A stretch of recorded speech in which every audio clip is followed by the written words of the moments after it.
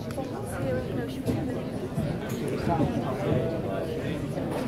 the red light is.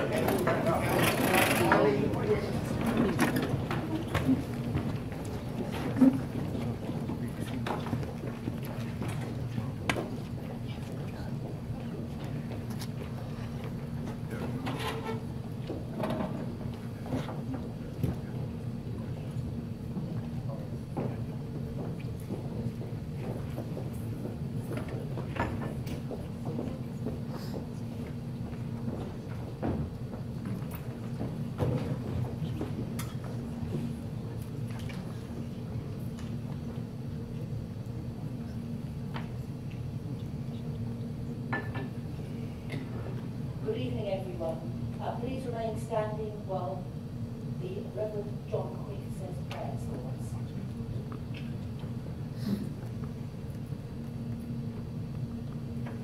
So at this seasonal time of the year, an Advent prayer. Lord of all time, bless this season. Come amongst us in all we do. Help us to prepare for your coming, not merely to scuttle to and fro in a frenzy of cooking and shopping, parties and waters, worthless waste of precious time given by you. Amen. Dear Lord, we pray that all taking part in this meeting will listen carefully to all that is said. We pray that we give all members of the council wisdom to make decisions wisely. Amen. Amen. Please be seated.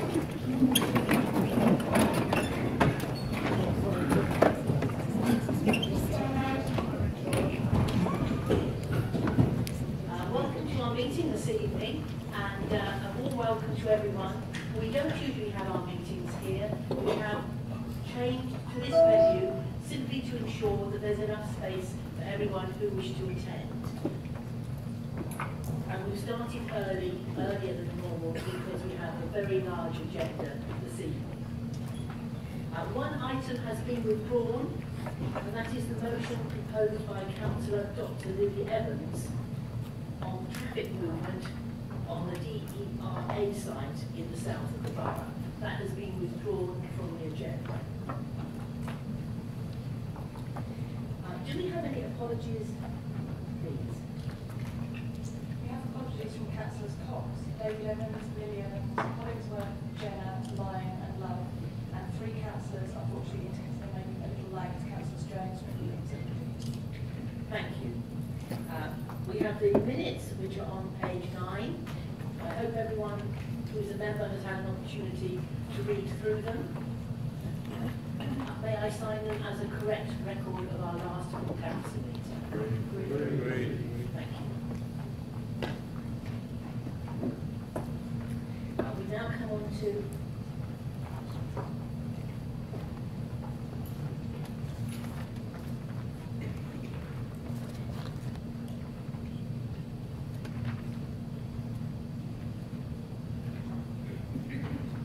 now come on to our declarations of interest from members in any item on the agenda, but the legal advice is that members do not need dispensation to vote on the paper and report on members' allowances. Are there any other declarations of interest? Councillor Burbidge. Yes, Madam Mayor, just in respect of item 17, delegated planning function in Great Parish, I'm a Great Parish councillor. Councillor Dudley. Madam Mayor, like Councillor Burbidge, I am a Bray Parish councillor, so that covers the same item. And also in respect of agenda item number 5, I am one of the founders and chair of governors of Holypool College. And my wife is another founder of Holypool College and is also a governor. Thank you. Councillor Wilson. Thank you very much, Madam Mayor. Just to also say that on agenda item 17, I too am also a Bray Parish councillor. Councillor Waters. Madam Mayor, on the same item, I'm a member of the Thank you. Councillor Airy. And Madam Mayor, on the same item, I'm also a Bray Parish councillor. Councillor Bittman. Thank you, Madam Mayor. My son is Director of Sport at Holypool College. Thank you. Do we have any other? Councillor Smith. Yes, Madam Mayor. In respect of item 4, I have no, which is the parcel of land at Braydell Road East. I have no personal or financial interest in that, but I am a substitute member on the Major Development Control Plan. Thank you. But I wouldn't expect to determine this matter where I should fall. And on item 5, the matter of the Holypool pavement, I have no personal or financial interest in that either, but I'm happy to volunteer the information which is on the register of interest. My wife works in the administration side. Thank you. Just for information for members of the public, I must remember this before we go any further. A resident has asked permission to video the meeting. We always have an audio recording which we take ourselves, and that is later posted on our website. But a resident has asked to video, and he's been given permission from a set point, but that he may not take video footage of yourselves, only of the members who are taking part in the meeting. Councillor Dudley. Madam Mayor, just for completeness' sake, Councillor Smith has declared that he is a substitute member of the Maidenhead Development Control Panel. I think a large number of us here are members of the Maidenhead Development Control Group, or substitutes, and perhaps if you'd be kind enough to make sure that everyone declares a similar interest that Councillor Smith has in respect to item number 4. Thank you. We would accept that for all those who sit on the panel and are substitutes. Thank you.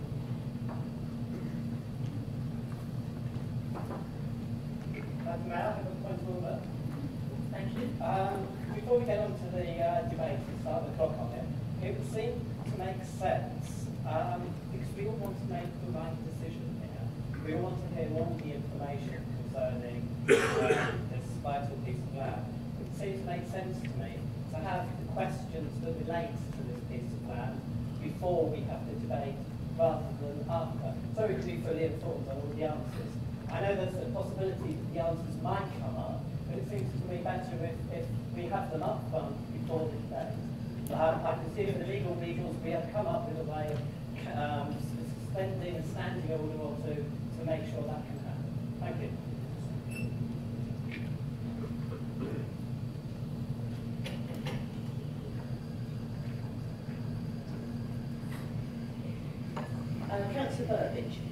Yeah, we're happy to vary the order of the agenda by your leave, Madam Mayor. Thank you. I'm just listening to various advice, and I think that's a very sensible suggestion. Thank you, Councillor Berner.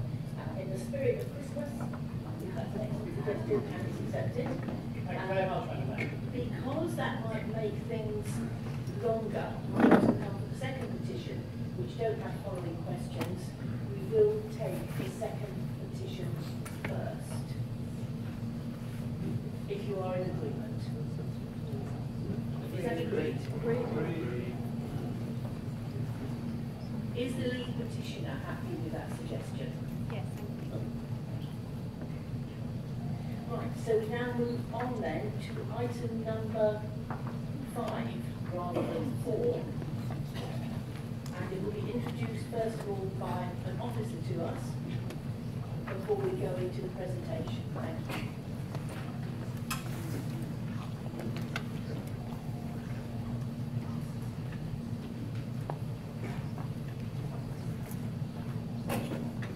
Thank you, Madam Mayor. Can everybody hear me? No. Yes. Can you hear me now?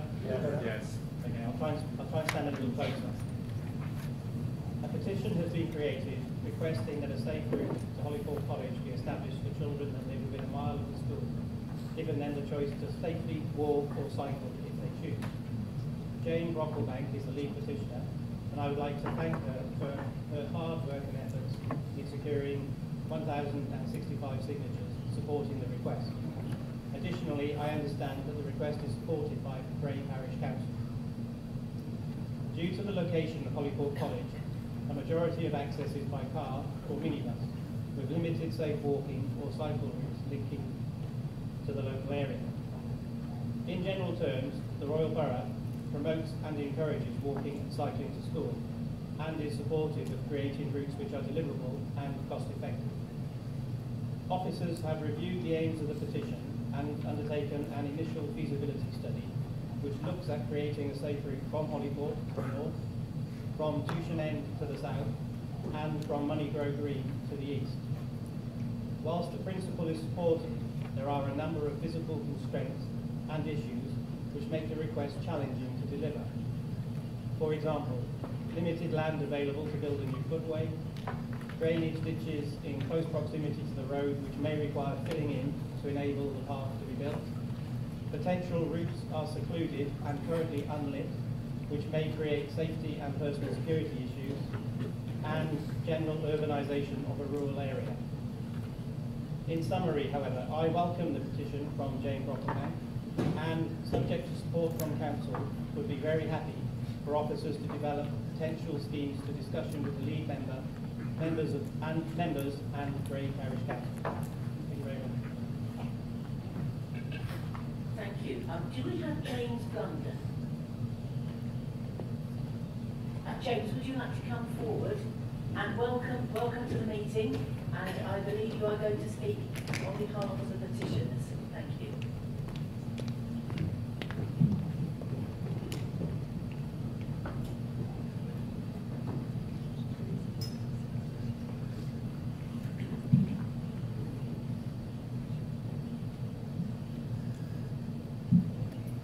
And when you're ready, James, you have 5 minutes. Good evening, ladies and gentlemen. My name is James Blunden. I'm a 14-year-old student from Hollyport College. However, tonight I speak not as a pupil of Hollyport College, but as a member of the Hollyport Village community. I live in the village, attended the local primary school, and now attend the local senior school. Like many other families in the village and surrounding area, we were hugely excited about the prospect of a brand new preschool being built right on our doorstep. And after 15 months attending the school, I must admit that I feel incredibly privileged. How many other teenagers are as lucky as us to have such fantastic schools so close to home? However, there is a problem. There is not a safe route from the village to the school. Each morning I had to fight the rush hour traffic as I crossed a rather dangerous bend on the Ascot Road, before crossing the road again close to a three-way junction that joins Hollyport with Windsor and Ascot. As you may know, a very busy route. At 5:30 I had to find the returning commuters and I walked home. Simply put, it is dangerous. It is dangerous not only for the pupils of Holyport College, but for the staff and their families that live at the school. We as a community must do something about it. When I was asked to speak to you this evening about this issue, I did what all teenagers do best and headed straight for the internet.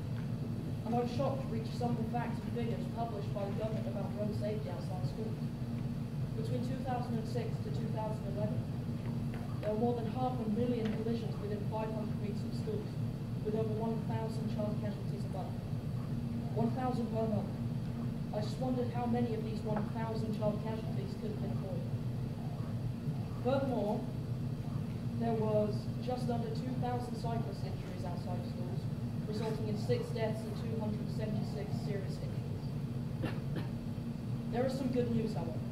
Road casualties and deaths have been steadily declining. Government figures show that despite the increase in traffic and cars on the road deaths are falling each year. What does this tell us? Well, this tells me that the work the councils are doing to make our roads safer is working. And when roads are fit for purpose in the 21st century, they're safer all users. So thank you. Thank you to the council for the reduced speed limit on the Ascot Road. And thank you for the work you have done elsewhere in the borough to make our roads safe. However, I ask you this. Is the Ascot Road with its makeshift crossing on the dangerous bend fit for purpose when a school is just a few hundred metres away? Is the Forest Green, the B3024 that links the Ascot Road with Honeywell Green, fit for purpose when there is no safe path on the most direct route from a local primary school to a local secondary school? We all know the answer is no. At the moment, the school provides buses, but they aren't free for everyone, and in any case, many want to walk or cycle. We also know just how much the whole community will benefit from this. The cricket club, tennis club, and shops will be accessible once. The parkway will link the school and the village community for fairs and charity events, allowing local people to access the footpaths beyond the school campus, allowing access to borders so they can spend their money in the local shops at the weekends. As you may have thought, the sheer number of signatures on the petition prove that it is the wider community rooting for this local footpath. We also know the complexities of this issue. It isn't as easy as simply adding some pathways. We all understand why the council might refuse this request. We all know it will cost money and for a short period of time disrupt the morning traffic programs. We also know that the easy answer is to say we've already looked at this and nothing has changed, and simply say that it is not possible. It must be possible. We know that there are options on both the Ascot Road and the B3024. At the moment, neither road is fit for purpose. Neither road is safe for pedestrians. We all know the solution. The same solution that is put into place around other schools in the borough. Safe paths, safe speed limits, safe crossings, and good signs. I have here a letter that was handed to us yesterday. It says, "To whom it may concern, I live in Stud Green and heard about the petition to create a safe crossing on the Ascot Road to reach Holyport College. I often cross the road myself when I go to one of the local pubs in Moneywell Green or Holyport. I don't like to drive in such a short distance, but walking is quite dangerous as the traffic is very fast on the Ascot Road. I'm sure that the other residents feel the same and fully support this petition. Kind regards." I speak to you this evening as a member of the Holyport community and ask that you look again at all of the options to make Holyport a safer place. Thank you. Thank you very much.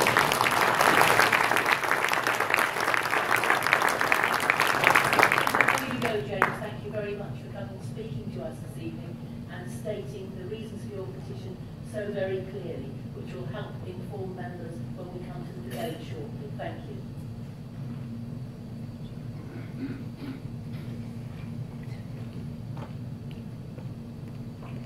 Now I'd like to ask if there are any ward councillors from Bray who would like to speak on this. And then we begin our 30 minutes. Dave, Councillor Coppinger. Thank you, Madam Mayor. I, and I know my two fellow ward councillors, are immensely proud to have Holyport College within our ward.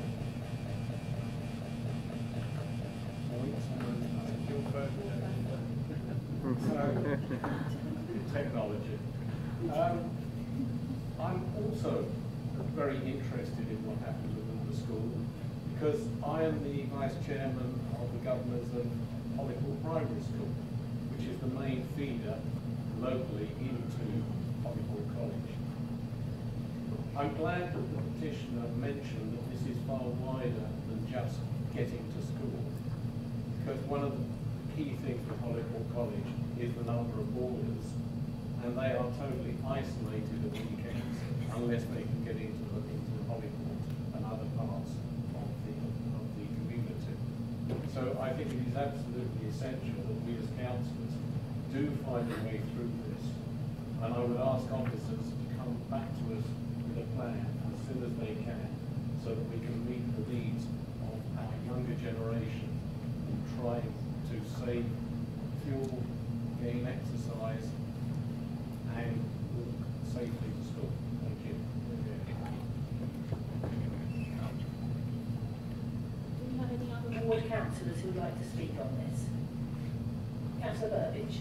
I'm not going to repeat what Councillor Coppinger has said, because I think we do need to see some options for the safer routes to schools, and certainly the parish council in favour of that as well. So I really appreciate the petition and the opportunity to look at this again.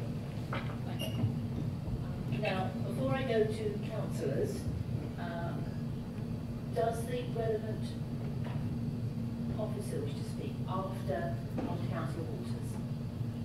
No, Madam Mayor, I just want to echo what the other two borough councillors all have put together. Thank you. Does the officer wish to come back before I open this up to members for the rest of the debate? Madam Mayor, I think the lead member for this area would like to speak. Yep, absolutely, but you don't wish to? I'm fine. Thank you. Councillor Rayner. Thank you, Madam Mayor. For the audience here, I am the lead member of Highways and Transport. I'm responsible for the transport budget and highway safety. And when I first came back into the job in May 2015, I was approached by parents of Holyport College to talk about this footpath and how we could do it.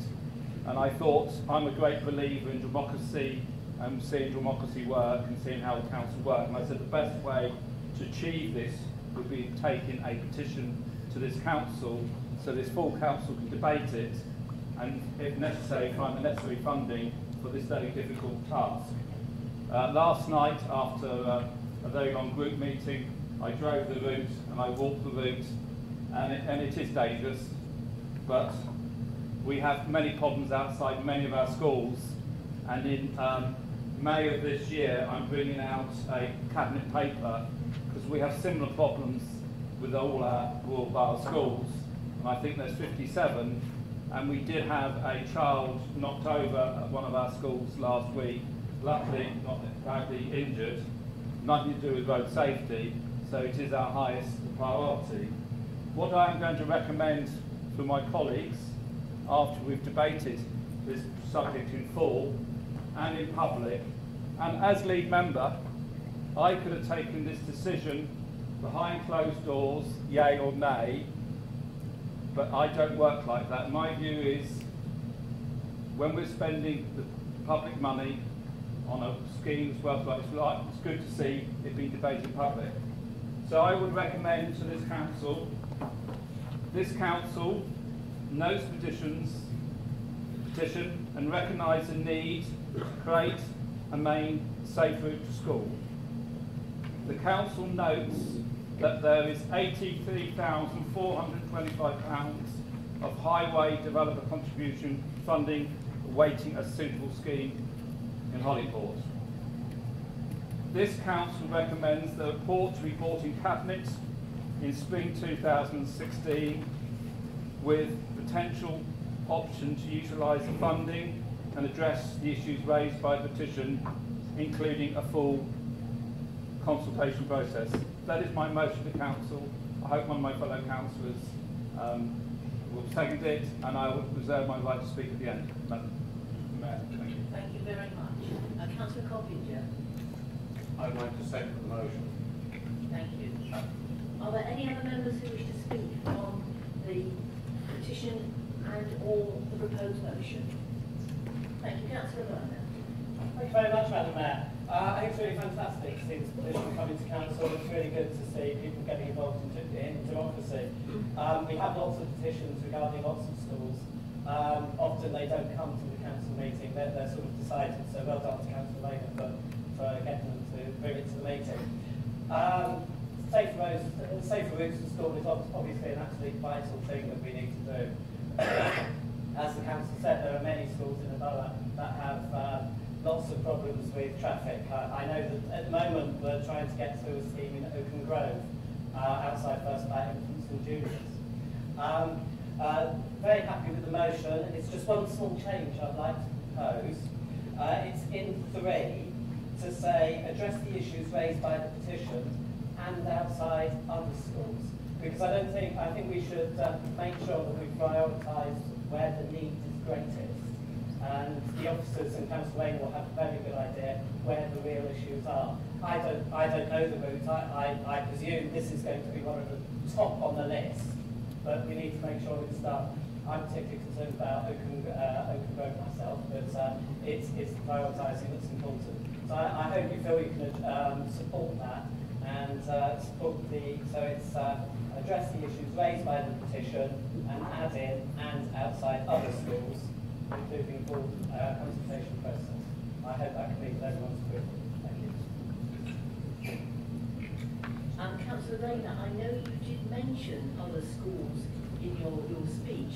Was it your intention to look at other schools in this report? Madam Mayor, and I know where Councillor Work is coming from, but I'm already working very closely with those 2 First Pat schools. I went to see the 2 headmasters of the infants and the juniors in November with our transport safety officer, Gordon Oliver, and also we went to see with our lead petitioner, Lucy Budd. We've already got a petition on that we've had a consultation. We're now working with that school on 4 or 5. It's a totally different issue outside the school.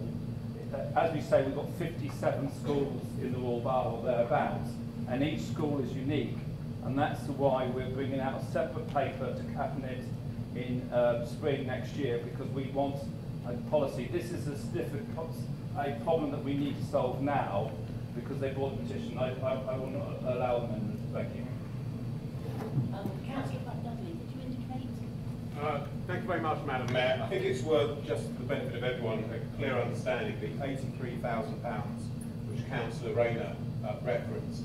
It's money which is in the Holyport College bank account, which was funded by the Education Funding Agency, that's part of the Department for Education, which was a planning condition of the original planning approval, which is subject to a legal agreement between the Royal Borough of Windsor and Maidenhead and Holyport College to be applied to a mutually agreeable scheme in respect of highways or footpaths. So, this is specifically money which went towards the development of the school, it put towards a scheme, and so I think it's worth minuting that point. There to be absolute, complete transparency on that point. Thank you. Before we go any further on this, we really should have a seconder for your proposed amendment. Councillor Beer. I think the big point here is that we should not be concentrating on one school when, although it's not my community, I know there are big problems in the Sunnings because they are rural roads with minimal width footpaths, if there is one.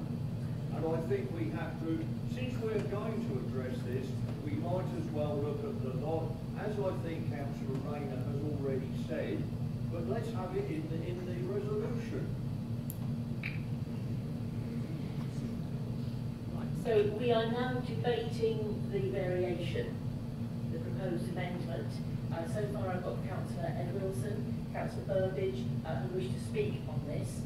Please indicate clearly, because today we're set out in a very wide circle. So if you wish to speak, please indicate clearly. Councillor Wilson. Thank you, Madam. If I were allowed to sign petitions, if I were, unlike James, who's quite internet savvy, I can't put the borough website to get on and sign these things, then I surely would. It's a common sense thing at the end of the day. I think, as Councillor Bunnett rightly said, there is clearly a priority here, and there's clearly a need, and particularly as this school is getting bigger, Madam, we need to solve the problem now rather than wait 2 or 3 years. However, I do take the point, the secondary school in Overlord, where we have a lot of issue and most members are the same issue. And I think in this case, it sounds to me as if the school has got some cash, the officers have got some ideas. It's almost like one of those school dances where we've got the boys in one corner and we've got the girls in another corner, madam, and someone just needs to come along and get them together and get them doing something, because at the end of the day, as James rightly points out, this is children's lives that are at risk.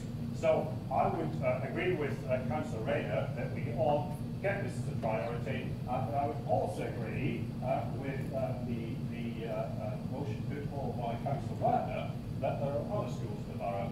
We've all got this problem, and once we perhaps sorted out Holyport College, we need to go on and do the other schools. Thank you. Thank you. Councillor Burbidge. Yeah, I just wondered whether Councillor Werner would like to withdraw his amendment. I think the petition for debate is specifically about Holyport. It isn't about all the other schools in the borough, and I absolutely endorse the remarks that have been made saying, yes, we need to create safe routes to schools in many other locations, but this, to respond to the petition with something that isn't specific to the petition that was presented to us tonight, I think with let's look at all schools, I think would be watering down the response we are giving to the petition and the effort that we put in presenting it to us tonight. So, Madam Mayor, I'd invite Councillor Werner to withdraw his amendment, and otherwise I think we'd have to vote against it. Thank you, Madam Mayor. Can I ask your thoughts on that? Yes, madam, I will be happy to withdraw the amendment. If the money is already in the bank account of Holyport College and just waiting to be spent, then that's new information that we didn't have when we had the petition. Also, I don't quite understand the need for the petition. If the money's there, the highways officers have a scheme in mind. I'm confused. I think this is the money from the developer that is sitting there waiting to be used, but we don't know the cost of the project until it is fully drawn up. It may be more expensive. Councillor Dudley? Yes, I can confirm that the money sits in Holyport College's bank accounts. You can see that in its accounts as well on its website. But I think the point here is that RDWM is responsible for the highways and footpaths, etc., so it needs to come up with the appropriate schemes. The school can't do anything, it's just got money sitting in its bank account. It's got pupils and parents who would like something done about it, so that's why they've got the parish council, and they're here at the borough council, Madam Mayor. Thank you. Councillor Wilson, you indicated. Thank you very much, Madam Mayor.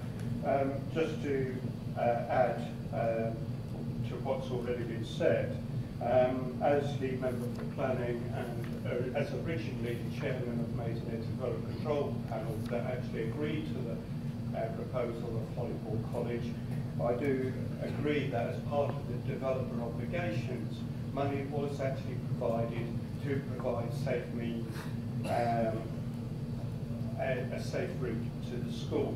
So it seems perfectly reasonable for that to be investigated and for a scheme to be drawn up and brought forward. And as we've already heard from Councillor Dudley tonight, the money is available. And I'm sure that the quicker it's done, the quicker things can proceed and everybody can get benefit of that scheme. Thank you. So can we assume that you have withdrawn your amendment, Councillor Werner? Yes, Madam Mayor, I think I've made the point that we need to be looking at all schools and not just one school, particularly First Plan.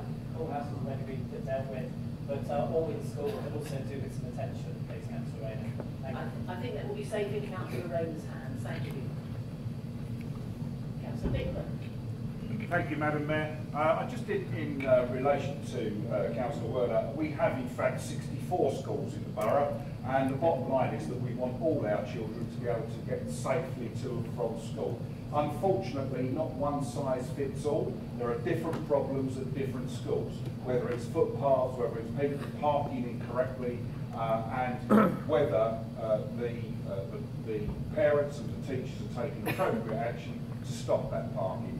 One of my local schools, there are signs outside that say, if you park here, you could kill a child. Quite to the point, and that's what we need to be addressing. It's dangerous. We'd like to fix them all, but we haven't got enough money. It needs to be done in a prioritisation order. Thank you, Madam Mayor. Now that amendment has fallen away, we are discussing the main proposal that Councillor Rayner has put forward to deal with our acceptance of the petition.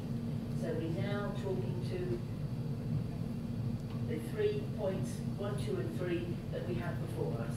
Are there any other members who would like to address this? Councillor Rayner. Madam Mayor, do you want me to sum up now? Because no one else wanted to speak. I get the feeling this is an appropriate moment. Yes.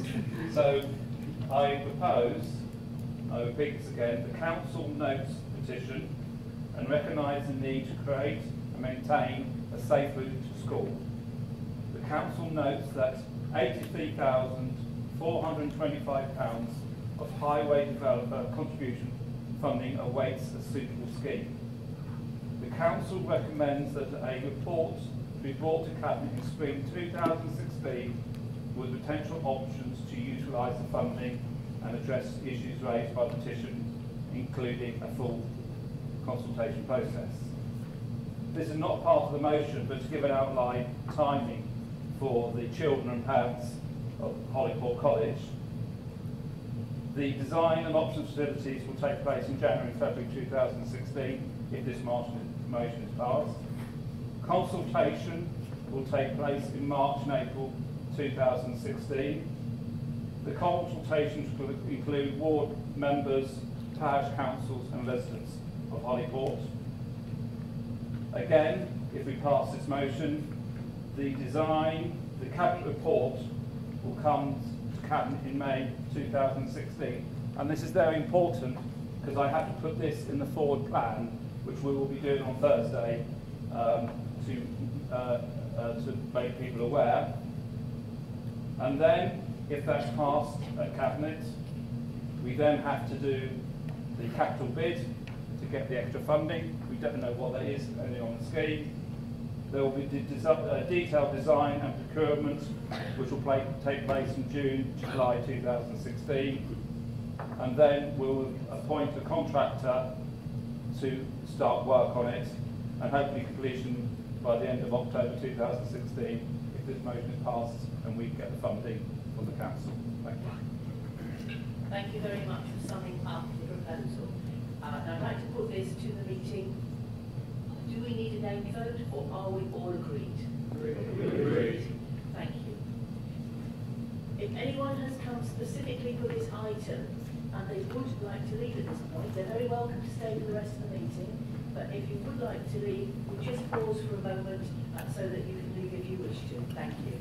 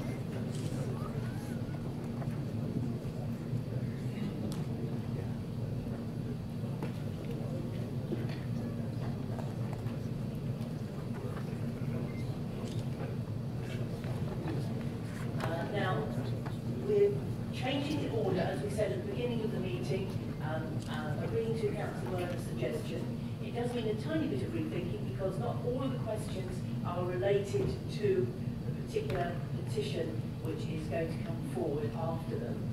So if we move now to question C, which is from Rachel Cook.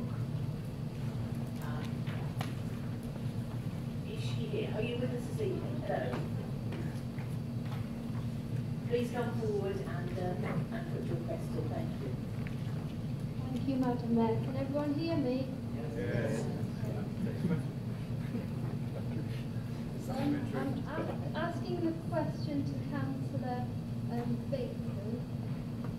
As the council strives to be open and transparent, And please explain why I have not been provided with data, apart from residents' names and addresses of home, from the latest Royal Borough survey, which over the summer asked residents to nominate local green spaces for protection in the borough plan. I have already requested this in my voluntary capacity as a member of the working group on the Maidenhead and Cox Green neighbourhood plan, and so far I've been unable to obtain this data. I think it's important that we have this evidence to demonstrate what residents consider are important local green spaces. Thank you. Councillor Mrs Bateson, are you taking the question? Thank you. Thank you, Madam Mayor. I'd like to thank Rachel very much for her question.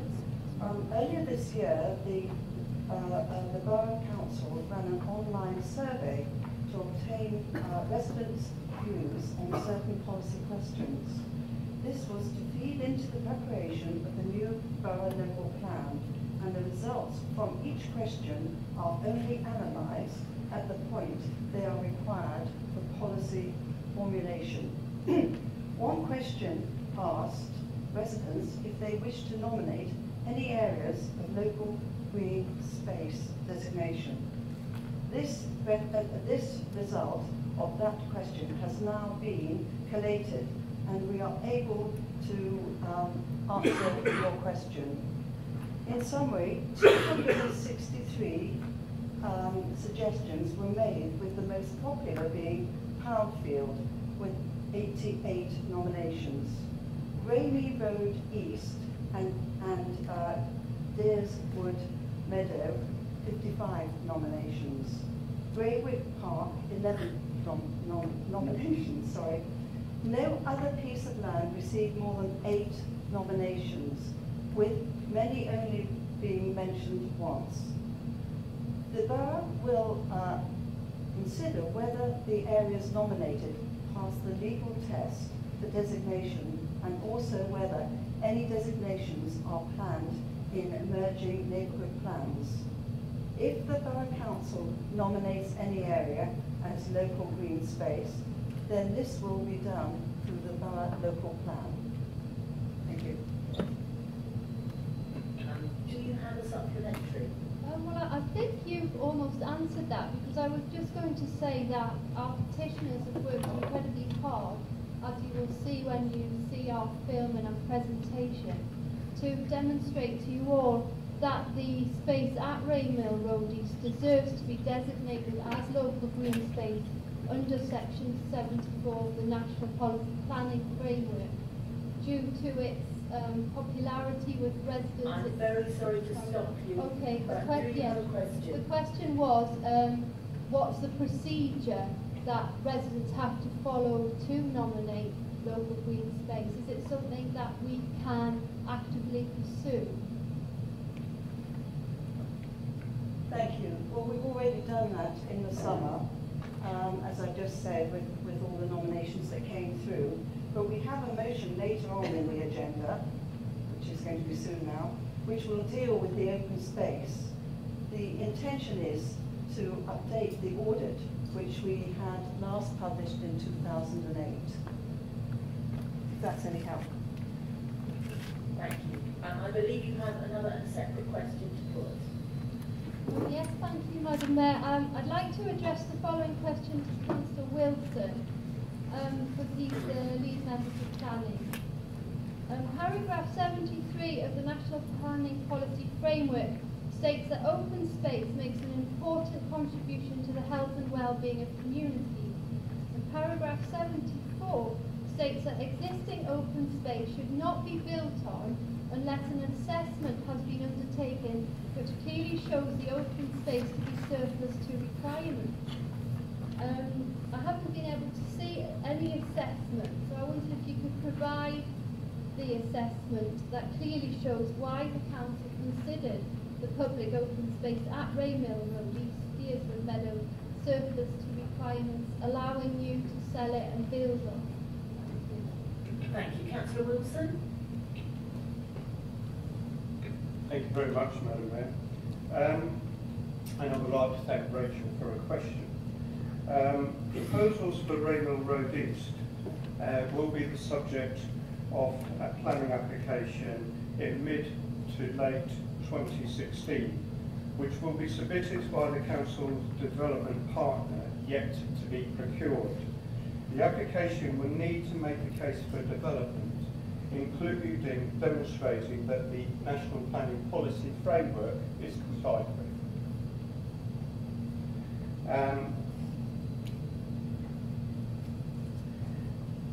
Within the planning application proposal, it will actually detail out your second part of your question, which will actually see whether it complies with those two National Planning Policy frameworks, both 73 and 74.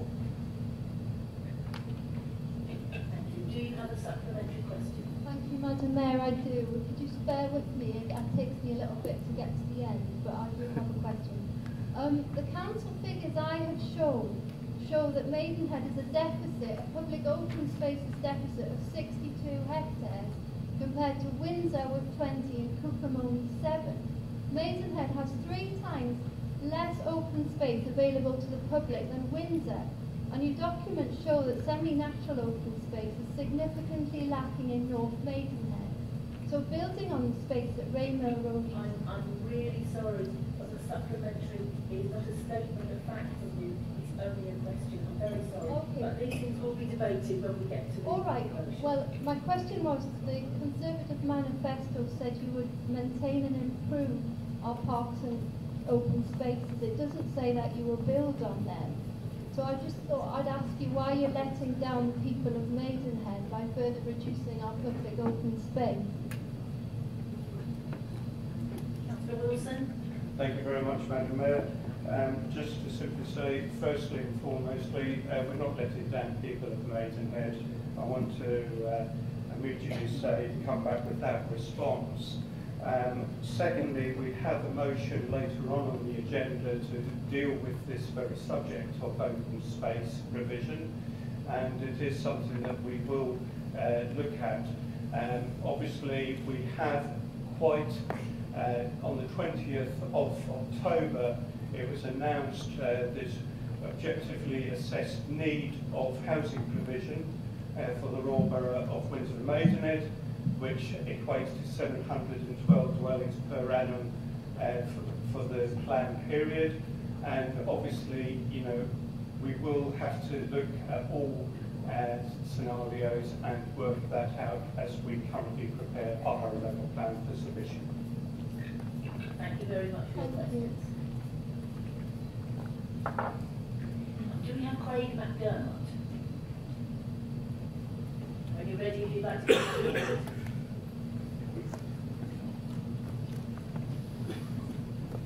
Welcome, and if you'd be kind enough to put your question. Thank you. Question is for Councillor Wilson. Sorry, sir. Just before you begin, perhaps I should say that several questions that came in were almost identical. So when you put your question, they will be answered as a group initially, and then of course you may come back and ask supplementary questions afterwards. Well done, Jerry.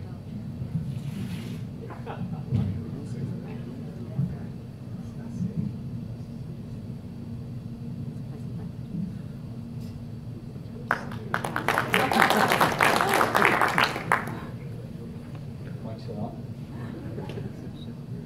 Yes, my question is, the ward at Riverside has been recognised as having a deficit of public open space, both within the council's 2008 open space audit and the current infrastructure development plan for 2030 to 2030. And so how can you justify losing even more of it, which will happen if the council sells off public open space at Raymore East? Thank you. Is Councillor Dudley answering this? Or? Madam Mayor. I think it might be easier, I'm sorry Councillor Wilson, I think because we've got these questions that are almost identical, it would be safest to invite the questioners to come and put their questions first and then to receive the answer. So, do we have Natalie Hill? Thank you.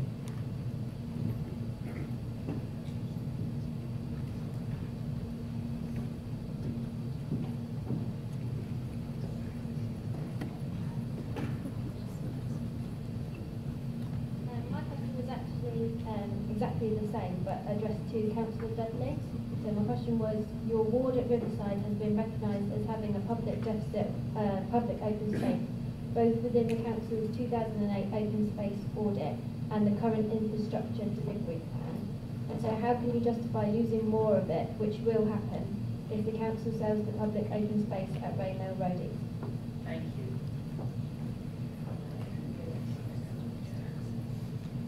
Jan Stannard?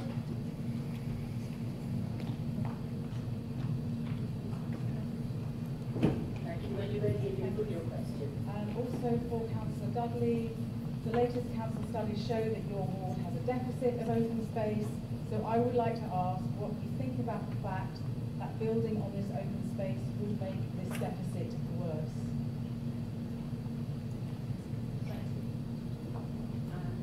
Last but not least,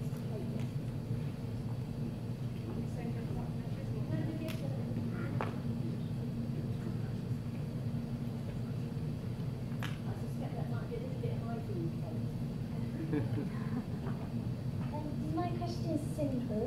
If you allow the site to be sold off, how are the council going to stop the totals declining further? What are their plans to help them survive?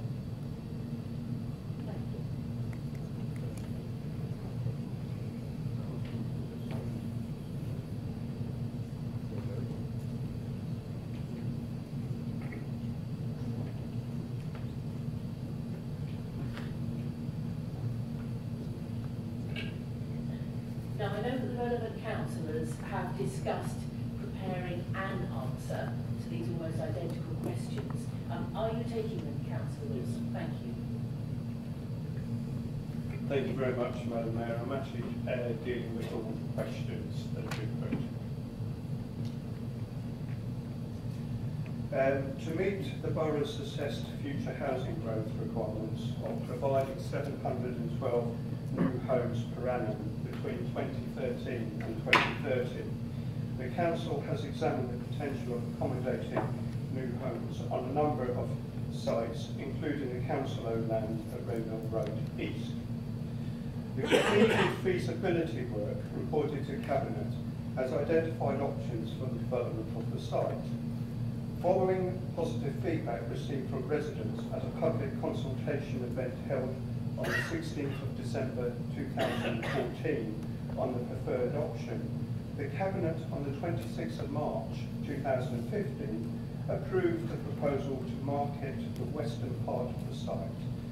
That is the site that measures 1.52 hectares, or if you're, the equivalent is 3.7 acres, for benefit of those that want to know.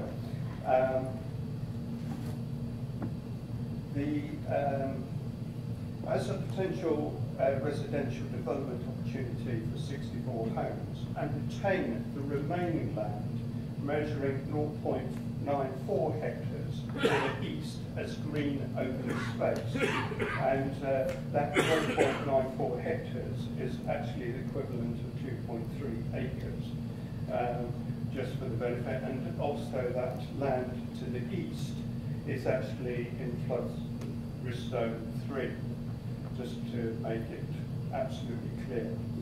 The preferred mixture of tenure housing type scheme comprises of 64 residential units made up of 4 one-bedroom apartments, 12 two-bedroom apartments, 22 three-bedroom houses and 26 four-bedroom houses. Out of the overall 64 units, 32 units will be developed for private sale. 12 units will be shared ownership homes, and the remaining 20 units could be added for private rented sector or key worker accommodation for teachers, because obviously we have a growing demand in education. In line with the executive proposals, the site will be offered to the market on a conditional basis to secure a suitable development partner who will bring forward and manage the delivery of the above scheme.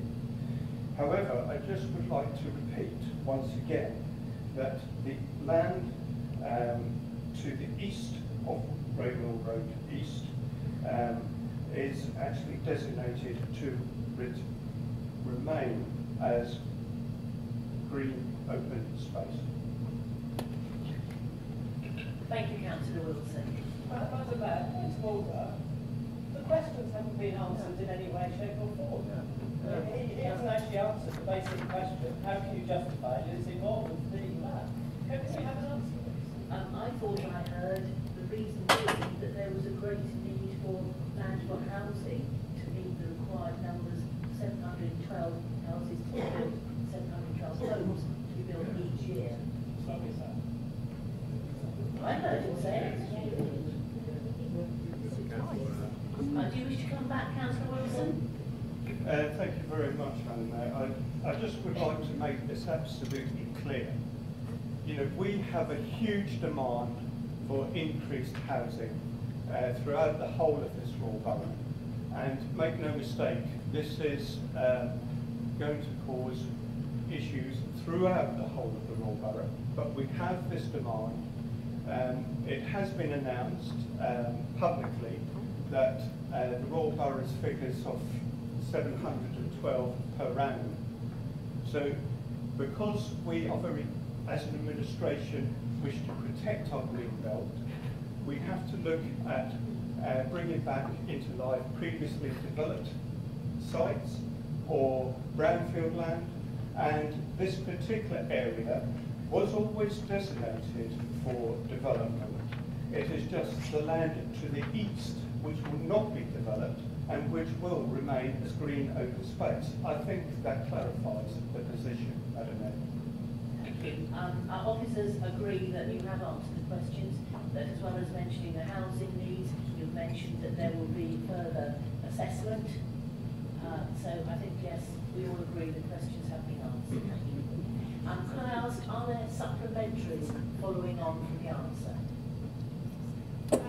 I'd simply like to say that I would really like you councillors to see if there is any other brownfield site or any other options with national planning policy shifting that you could look at, because this is not a brownfield site, it's the public open space. We don't have enough in Maidenhead.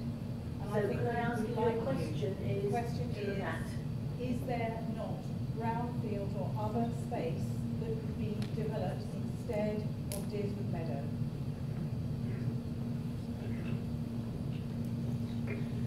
Madam Mayor, just to make the position absolutely clear again, because of the expected housing demand, and we're not the only authority that has this increased demand, but we are an authority that has constraints. We have green belt, we have floodplain, we have special areas of scientific interest, we have special protection areas.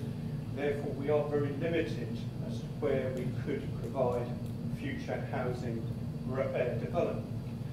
We are actually looking at our town centre for increasing urban capacity within Maidenhead itself, which could actually be increased in height to accommodate future growth. Equally, we are looking at other sites around the borough and doing our utmost to look at all those provisions. But certainly, as I said a moment ago, the land to the east of Brainhill Road East is within flood zone, so it is within that constraint, and as such will remain as green open space. Thank you. Can I ask if any of the other questioners have a supplementary to their question?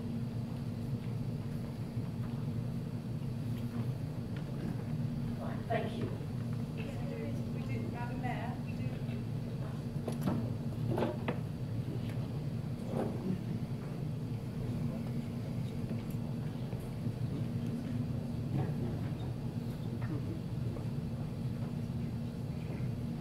My question is, when will Maidenhead Council stop the destruction of our heritage, of enjoying small pieces of open wildlife space such as Dayswood Meadow, in the name of housing and development?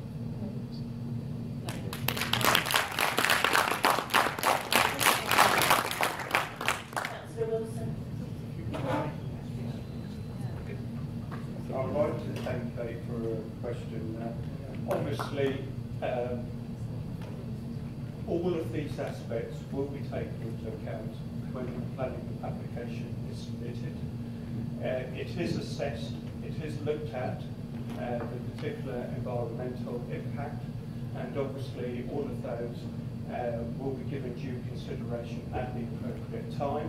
And when a planning application is submitted, then everyone, whoever they are, can actually respond to that consultation and feed in their thoughts into that planning application, and then it will be taken into account when the application is determined. Thank you. Thank you, Councillor Wilson. Do we have Christine Gill?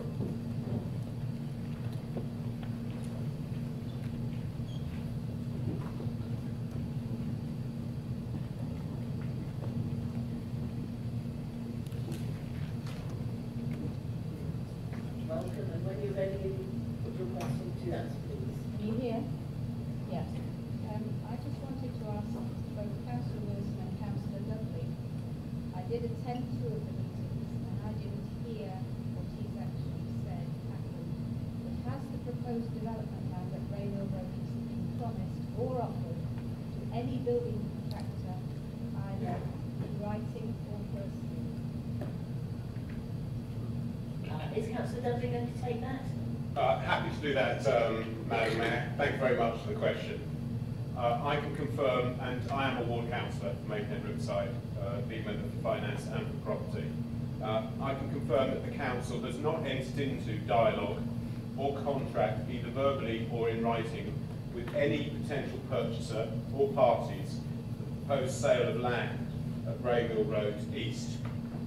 In line with Cabinet approval received on the 26th of March 2015, part of the site, measuring 5.2 hectares, will be offered to the unrestricted open market on a conditional basis to secure a suitable development partner who will bring forward and manage the delivery of a mix of 64 homes for outright private sale, affordable shared ownership, private rental, and affordable rental.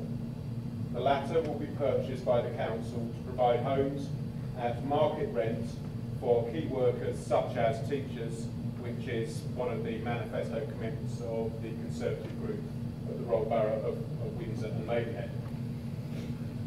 The remaining 0.94 hectares of the site will be retained by the council, professionally landscaped, and I'm sure we will ensure that we communicate with people who understand the actual requirements of the toads and otherwise if they're on the site, and visually enhanced to provide an important functional green, recreational and natural habitat for the benefit of the local community of Maidenhead Riverside.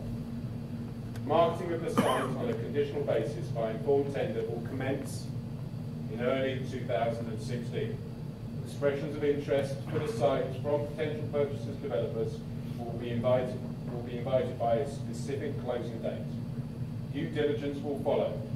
All bids received by the closing date will be assessed against selection criteria to ensure regeneration aims are being met. The outcome of a tender process and recommendations will be reported to Cabinet in due course. Approval will be sought from Cabinet to appoint the preferred bidder, development partner, the delivery of this residential scheme, which, as the lead member for planning has said, relates to approximately 55–60% of the site, the flood zone 3 element of the site, which will not be subject to any proposed development. Thank you. Thank you. Can I ask if you have a supplementary? Thank you for a very long answer to a very simple question. So can I take it that no particular builder or developer has been spoken to or offered this site? Ma'am, we have previously been criticised for giving very short answers, so it's a slightly longer answer. But the short answer, you know, sort of the non-political answer is no. Absolutely no prior contracting of any type, no.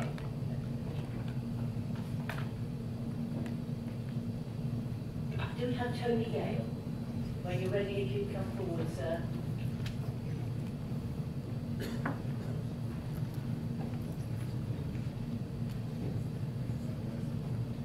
Am I the only person who's getting slightly confused? We had a reply from Councillor Wilson just now, which implied that there will be a consultation process about the land of Ravenel East. On the other hand, Councillor Dudley appears to... I'm very sorry. Could you Okay, please put well your then answer question? to my question, which is, can the council confirm that no final decision will be made about any plans for the publicly owned open space of Ravenel Road East until all the environmental and public access issues have been fully addressed and made publicly available? Councillor Dudley? Madam Mayor, just before Councillor Wilson comes in, just to try and clarify for the purposes of Mr Gale, my answer related to the appointment of a development partner, sir, who would then themselves come forward with a planning application for a proposed scheme which would contain all the elements that you said, public consultation, looking at the environmental impacts of such scheme or otherwise, sir. So there's two distinct elements, but to try and clarify your question, now I'll hand over to Councillor Wilson. Thank you. Thank you very much, Madam Mayor. And I would like to thank Tony for his question. All technical and environmental assessments required will be undertaken, and any issues identified, including public access issues, will be addressed prior to the marketing and reported to the Council's Regeneration Subcommittee. As recommended at the Cabinet meeting on the 26th of March 2015, Cabinet will receive a further report following marketing of the site to request approval to appoint a preferred development partner for the delivery of the preferred scheme. Proposals for Ravenel Road East will be the subject of a planning application to mid to late 2016 by the Council's development partner yet to be procured. This application will be carefully and objectively considered, and all environmental and public access issues will be taken into account at that appropriate time. Thank you. Do you have a supplementary question? Yes, I do. Thank you. I know we all get misquoted from time to time, but I would like to bring up this quote from Councillor Wilson, which was reported in the Maidenhead Advertiser much earlier in the year, in which he said, and I'll read this slowly, with the introduction of Crossrail, we can expect that it would make sense. I'm really, really sorry, but this is not an opportunity for you to present us with information along with the question. I'm sorry. The question relates directly to the quote, madam. The introduction of Crossrail, we can expect that it would make sense for people to move to the town as it would make sense for commuters. That's the accurate thing here. Would you agree with me that that rather sounds, I understand the pressure for housing, but that rather implies that these houses would be predicated for people who would be moving to the town, and not for the benefit of people already here, many of whom have expressed their opposition to any development there in the form of housing by the very large number of people who responded to our petition. I'm sorry, you haven't only your question for more than a minute.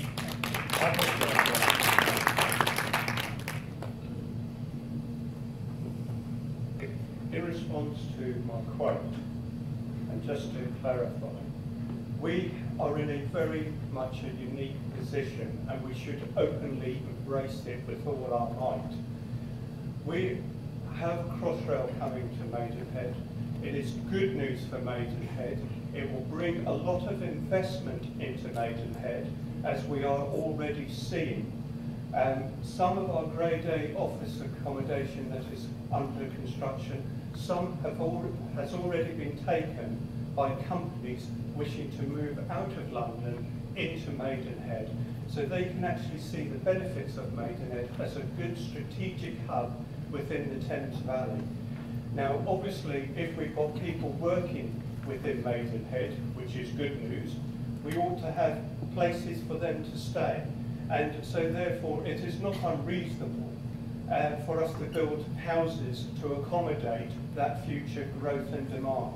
In the same way that we already know that the number of primary schools children that are coming through the system has increased, and therefore it's only right and proper that we build the primary schools in order to meet the needs of the next generation. So I think we should openly embrace the fact that Maidenhead, this is happening to Maidenhead, and it's long overdue, because as a result of all the increased extra footfall that's going to happen within the town, it will have a knock-on effect. You'll have more retailers coming to Maidenhead, you'll have places to work in Maidenhead, and therefore it's only right and proper that we have the housing in order to accommodate them. Do we have Jan Stannard?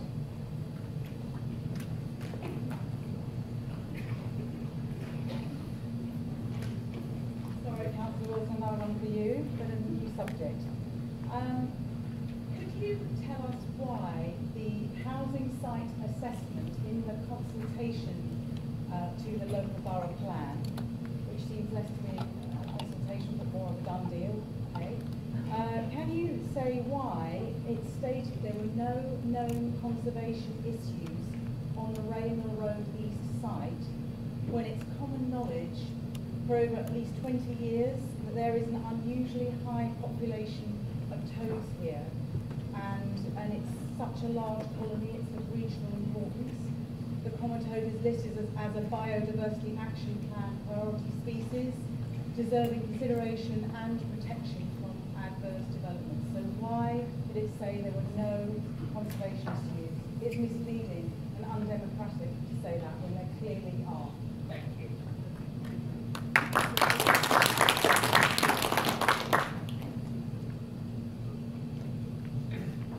Before you answer it, sorry, it is a group question. We come back to similar questions. Do we have Natalie Hill?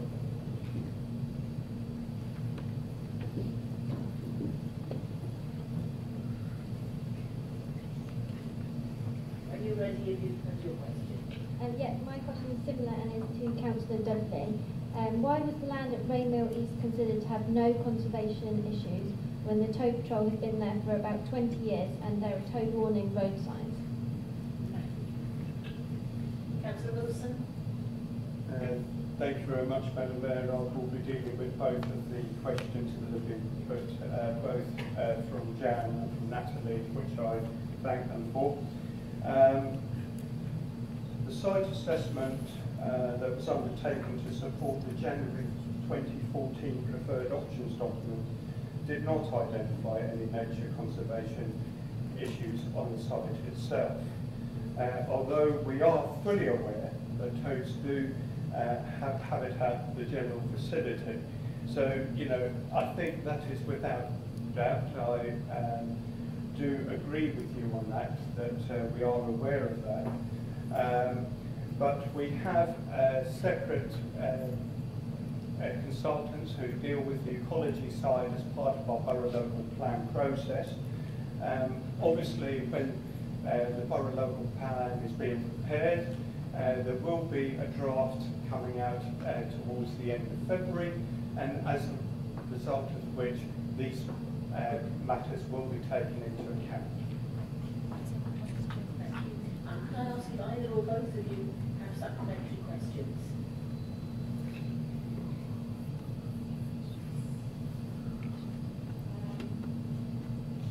Are councillors aware that there were once 7,000 toads in this colony, and as development has encroached upon Raymill Road, it's reduced to 1,500, and the development that you're discussing, which leaves a tiny part, will decimate that colony as a priority species.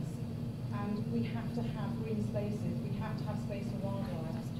And I would simply say, are councillors considering the fact that your manifesto states that you will protect public open spaces, that you will protect them? Are you listening to us asking you to protect our open spaces? Thank you.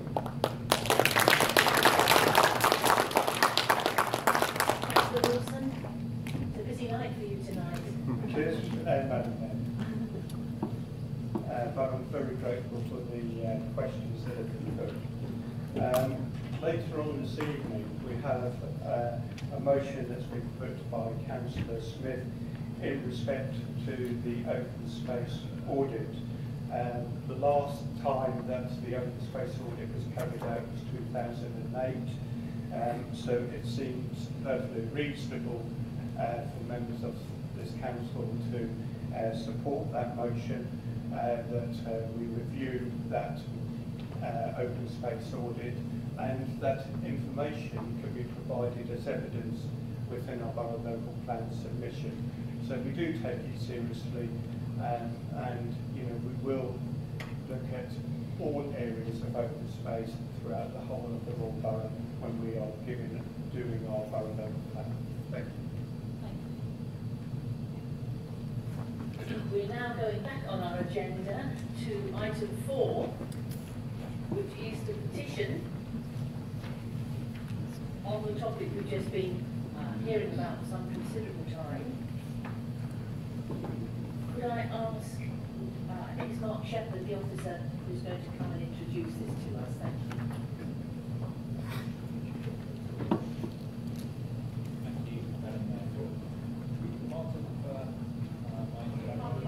Part of my introduction has actually already been covered by the questioning, but I will include it for completeness.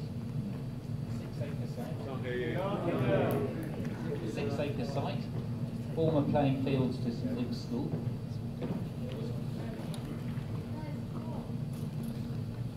Thank you. The 6 acre site, former playing fields school, was acquired from Berkshire County Council in February 1997 for future residential development. The majority of the site is bounded by residential property. The site can be accessed by an open pedestrian pathway leading from Blackamore Lane. It is also accessible from the side of the council-owned Millhouse Family Centre on Raymill Road East. The site is split west to east with 2 different zones of flood risk. The western part of the site is the lower flood risk zone 2, roughly 3.7 acres, while the eastern part of the site is the higher flood risk zone 3, 2.3 acres.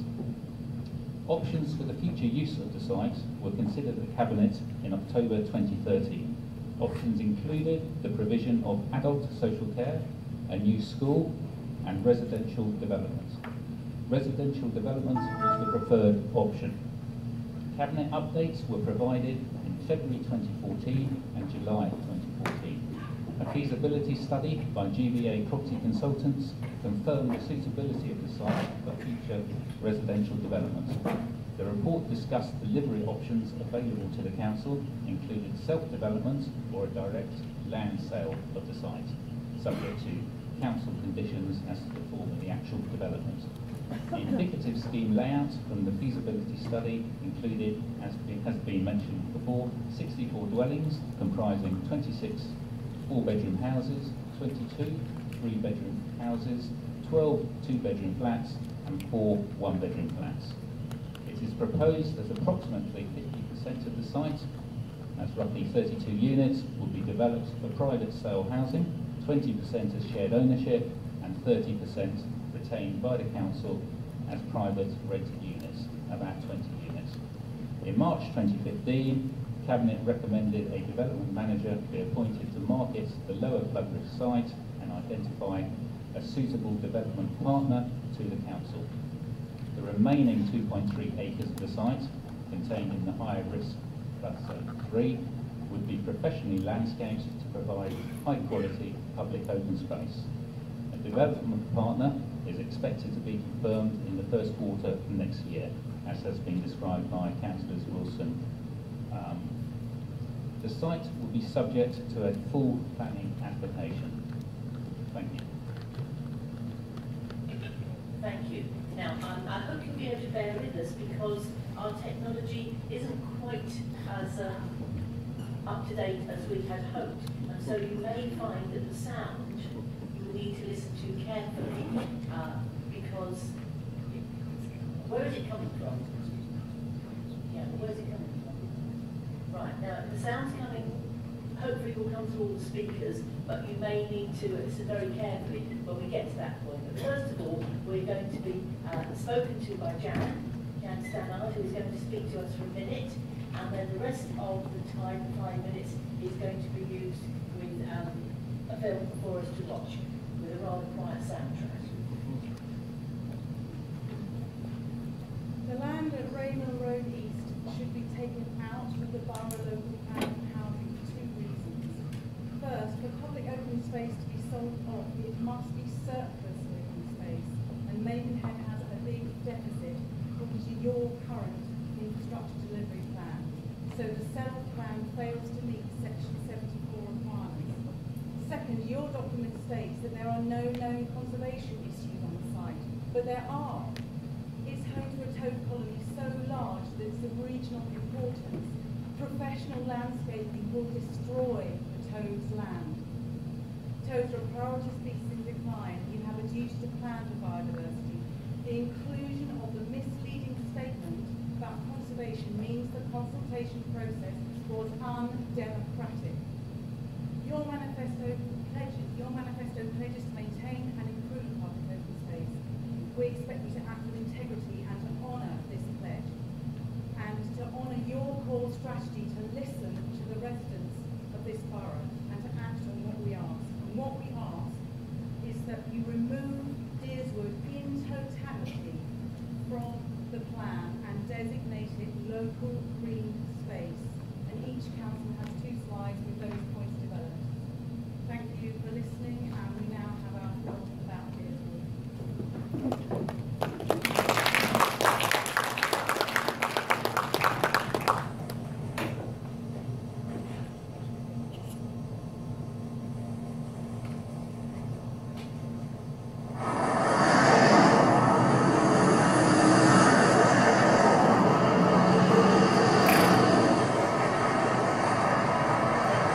We all know that Maidenhead is a very busy town.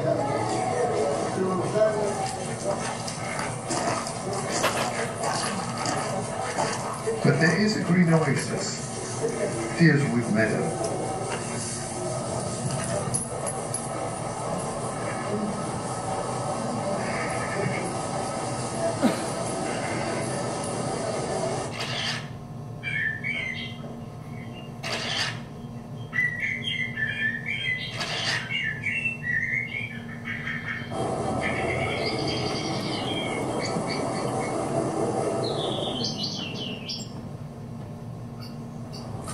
As the mother of 2 young boys, this is a fantastic open space, and our children love coming here to look at the wildlife. This morning they've been counting the number of snails they can find, and they can play here in a completely unstructured way, which is really nice.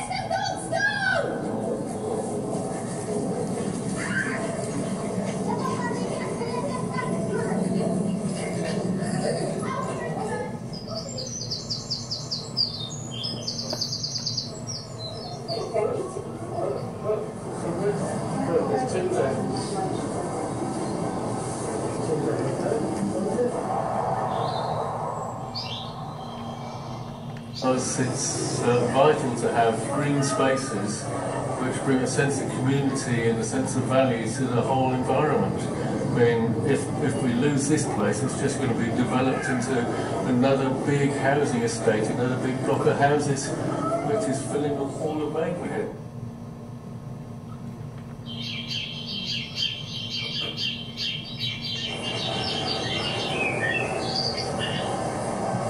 So less of a sort of health and safety, or there's nipples out there and you're going to get stuck, there are brambles out there you're going to get caged, there are bees that will sting and nasty things that will bite you.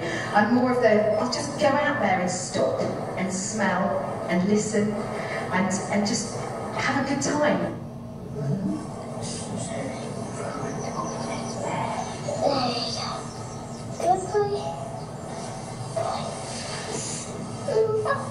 We all know that levels of stress are rising really fast in our communities, and it's places like this that help people to de-stress, where they can just come and watch nature and enjoy it and become calm. And the meadow holds a secret. It's home to over 1,000 toads.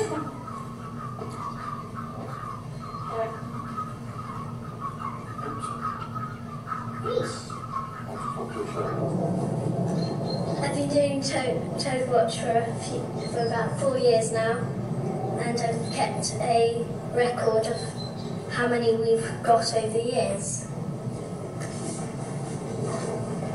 And in 2015 we managed to collect 1,257 toads.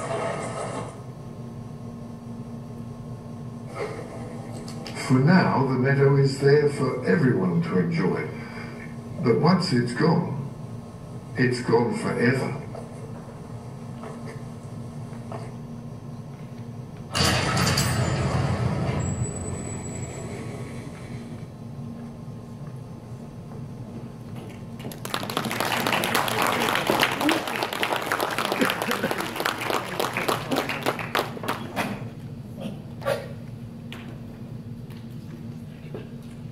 Well, you'll be pleased to know that the buzzer went exactly at the moment that the film finished. So your preparation and timing was obviously spot on. Are there ward councillors who would like to speak first on this? Councillor Dudley? Perhaps after Councillor Smith, Madam Mayor. Who's the good-looking gentleman in front. Thank you, Madam Mayor. It's 2 years, as we heard from the officer, 2 years and 2 months since this plan was put in train. And in that period, I haven't heard from anybody from the petition or the petitioner herself. I've had one call from a ward resident about this proposed development, and her objection related to overdevelopment and building on the floodplain, both legitimate concerns. This absence of any comment doesn't surprise me, because the open space policy shows that a large majority of residents are happy with the provision of open space as it exists. The petitioner has tweeted in the past that Deerswood Meadow is the only decent-sized piece of public open space left in North Maidenhead. Now, the reason why I may not have heard anything is because I live in the ward, I use Town Law, I use North Town Law, both of which strike me as being decent-sized pieces of public open space. The Open Spaces policy was last reviewed in 2008, which is pre-Crossrail, pre the crystallisation of the current regeneration plans. It seems to be generally accepted that the demand for new private and social and affordable housing exceeds the supply that's currently on hand. Our BMW policy is brownfield first, but if we fail to give serious consideration to developing all potential parcels of land, whether or not development proceeds, then we're liable to lose appeals at planning applications, and then we lose control of the whole situation. So, we're going to have to build up or we build out. Either way, the ratio of people to public open space will shrink. The maths is, I have to agree with. The policy, the open space policy, however, needs to be coherent with the emerging local plan and with this increased pressure on housing need. I am grateful for the petitioners for drawing my attention to the state of the open space policy, which in my view certainly needs an injection of imagination. It's not only about quantity, it's about quality too, which is access, availability, maintenance, and quantity. The if the ratio of public space to population were to fall below an acceptable level to our residents, I as a ward councillor would want that addressed. So, notwithstanding the desirability or otherwise of reviewing our open space policy, standing policy guidance is clear, as have been reminded by the petitioners. Existing open space should not be built on unless clearly shown to have certain requirements. I agree with that, and if the Toads should have dominion, I would be happy to agree with that too. Thank you. Did you indicate, Councillor Dudley? Yes, thank you, Madam Mayor. Now, I know this particular piece of land very well. I frequently go running through it. I didn't know it was called Nearswood Meadow. It may have picked up that name quite recently. But clearly adjacent to it, there is now the Bolters Meadow development developed by Shanley. Similar to Councillor Smith, I have actually had a number of meetings with local residents who are concerned about this potential development over the course of the last few months. Their concerns really related to the bulk and scale of any particular development there. There were concerns about something which mirrored the density of the development, which was, in the case of Bolters Meadow, what used to be called Vandals Pit, which I have to say is a good development, but it's pretty high in places. So I've met with them, and it's one of the reasons why the council is going through a procurement route, so we have a degree of control over the density and the nature of the development on the flood zone 2 element of this site. If you're an elected politician, you have to make difficult decisions. On the one side, I, and I'm sure a great number of my fellow councillors, are great lovers of our natural habitat, something we're blessed with in enormous quantities in the Royal Borough of Windsor and Maidenhead. 83% of it is green belt, open space. It's a very beautiful place. But there are a very great number of people who want a home to live in, who want to buy a home for the first time. Many of us in this room are fortunate that we have been able to buy a home. There are a great number of people who are younger, in their 40s, their 30s, what is described as generation rent, their 20s, and at school at the moment, who in the future just want the opportunity to buy a home in exactly the same way that we were able to do that when we were younger. So we have that mighty responsibility as politicians. So we have to balance the interests of the natural environment, but also with the desire of residents to get onto the housing ladder, so that people's children don't have to move away, so they can grow up next to their grandparents, bringing up their children. And it is that responsibility that we're facing today with this particular site. And that is why, sympathetically, we are looking to bring forward proposals to develop 64 houses on here, which will be a mix of for sale, shared ownership for people to come onto it, affordable rent, which could addressing the deficit in teacher accommodation, and just private rent as well for people who want to live locally.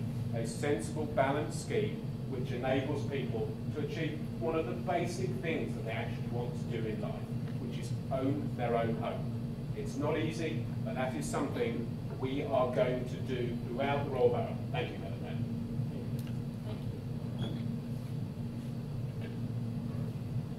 Councillor Stratton.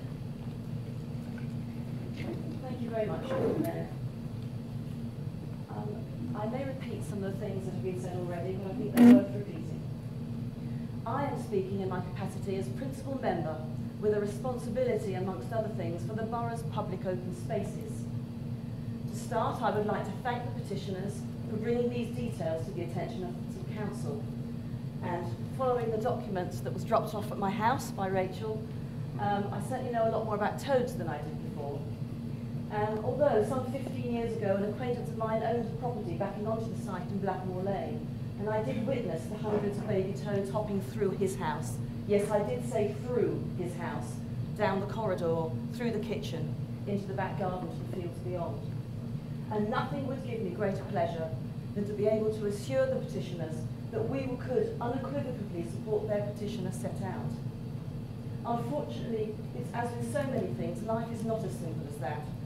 A fact that I really only started to fully appreciate myself after becoming a councillor. where we are continually asked to balance the needs and aspirations of one group against those of another. Often both sides have a very good case for their point of view. There is one matter I think I must put straight on the record. The petition describes the site as currently designated as public open space and requests the council to ensure that the majority of the land remains so designated. This is not the case. The site was described in the 2003 local plan as an important urban open space, along with many other spaces, but it has no formal designation, although, as we've heard, has some previous history as a school playing field. The summary put forward by the petitions seeks to clarify this, but I do feel the actual wording of the petition that the public were asked to sign is to some part misleading. We do have some 200 hectares of designated open space and parkland in the Royal Borough, and we have a track record of management and investment in it. We add spaces to the portfolio on a regular basis, and we are currently working on 2 areas of council-owned land, one in Eaton Wick and one in Sherlock Row, to bring them into public access. The site in question is not one that currently has formal public access and is therefore not maintained as parkland. I would also like to refer to an item later on tonight's agenda, which other colleagues have done so as well, where we're being asked, amongst other things, to update the 2008 open space audit, which would clarify the overall picture as it stands today and allow us to reassess the site in question tonight. We've also had this site, through the consultation, put forward as a local green space, and we have yet to determine that proposal. As we all know, there is a national housing shortage, particularly in the southeast, and we are required by central government to provide a minimum amount of housing, irrespective of our ability to comfortably do so. The town is also surrounded by Greenbelt, which severely restricts where this housing might go. I think my colleague for planning may speak a little further on this. However, we are faced with a dilemma for which there is no simple solution. But clearly, every available potential site must be assessed on its merits, and this one was assessed as being able to take some housing on part of it. In this case, we must balance the future of toads and nature on one side with providing housing for people on the other, and most certainly compromises will have to be made. What I can assure the petitioners is that the concerns they have raised and the information presented to us tonight will be taken fully into account as we work through the various processes, the updating of the open spaces audits, the new borough local plan, the local green space, and of course, any planning applications that may come before the council. As anyone could put in a planning application on this site, you could put a planning application on any site, even Windsor Castle if you wanted to. We wouldn't get it, but there we are. So, I would like now to recommend to the council that we should look to pass the following motion. The council notes the petition and acknowledges the concerns raised. The council notes the extant Royal Borough Cabinet decision from the 26th of March 2015 to develop part of the land. The council notes the opportunity for representations to be made to any subsequent planning application. And the council notes the motion relating to public open space on tonight's agenda. Thank you, Madam Mayor. Thank you. Is there a second? Councillor Wilson, thank you. Councillor Early, you indicated that you would like to speak.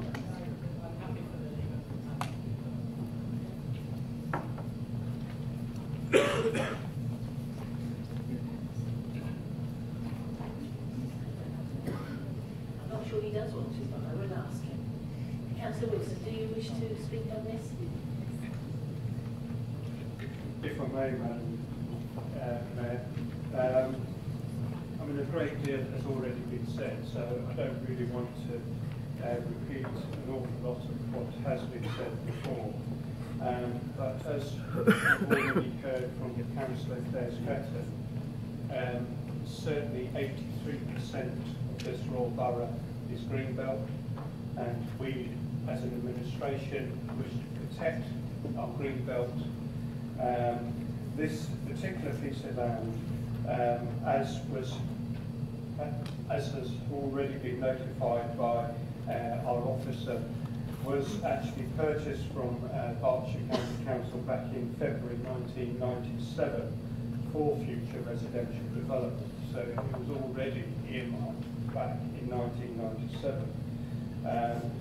You've already heard the various constraints that the site has and the fact that we're still going to maintain that green open space on the site. And I've fully endorsed the motion that has been put by Councillor Claire Stretton, and therefore, as I said, I fully second that motion. So thank you, Madam Mayor. Councillor Warner. Thank you, Madam Mayor. You won't be surprised that I'm quite disappointed with the motion as it's been put forward. I can't see any potential to amend it to make it more acceptable, so I won't be able to support it. These decisions are always difficult, as you say. You know, you've got alternatives, haven't you? You've got to support a fantastic bit of open space, support the biodiversity, but we've also got the issue of housing and housing all the people that we need to. But when you look at the issue of the housing thing in depth, you know, we do need housing. We do need people to be able to get onto the property ladder to start their lives just as we did when we were young. That does need to happen. But I can't see that that's actually happening with the housing that's being proposed. We talk about key worker housing and shared ownership, that's sort of an 80-20 split. Well, I don't know many new teachers or TAs or care workers that are ever going to be able to afford 80% of the cost of one of these houses. We talk about homes for Maidenhead young people. When my daughter comes of age and is looking to move out, I'll be desperate for her to have a house in Maidenhead, a flat in Maidenhead to live nearby. But on current property prices, that would be completely impossible. And these houses won't do anything to change that. Let's face it, we talk about people wanting to buy their own house. We also talk about our fears of generation rent. Councillor Dudley mentioned that. However, we know, unless we put controls in, covenants in, which I'm sure you're not going to do, these houses will be bought by people as buy-to-lets. So we'll have a continual degeneration rent. They'll just be paid to private rental rather than to housing associations. So when you actually try to grasp what Councillor Dudley is saying, it's ephemeral. It's like trying to sort of catch steam. It's not reality. Too much of this is going to go to dormitory houses for people that live in the country over the weekend, but then just need to commute into London by Crossrail. So I don't buy those arguments. We also know what's happening to other sites, other similar sites in the borough. You've got Braywick Park is currently being sort of packed up and divided up by various competing interests. The wrong piece of it. A whole area is going to be lost to us. The golf club, I gather from the corporate scrutiny meeting, is also going to be collapsed. So we're losing public open space hand over fist at the moment. There's almost like a fire sale going on. Let's just hope it's not closing down sale. The planning guidance, Councillor Burbage, Mark, anyway. Planning guidance, it seems to be clear. We have a public open space deficit in this neck of the woods. It fulfills the criteria for local public space. It's, and this toad colony, according to the experts, it could be of regional importance. We need to make sure this is all researched not before the planning applications come in for the developers, but before we decide definitely to sell the land to developers.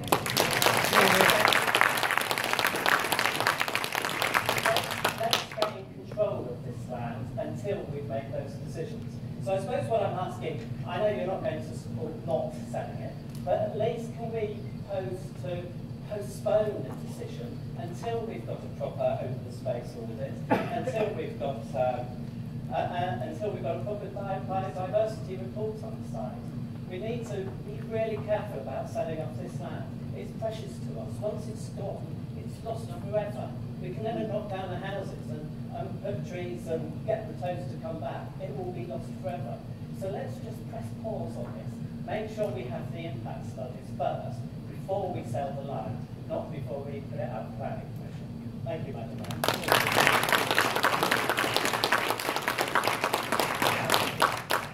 Councillor Brimacombe. Thank you, Madam Mayor. I won't repeat the points that have been made. We're all aware that it has to go through a planning process. But just some point that one of the speakers said was that the normal course of events, the developer will, if this is granted, the planning commission, build the houses, and then will landscape those. But we were told that landscaping will actually kill the toads.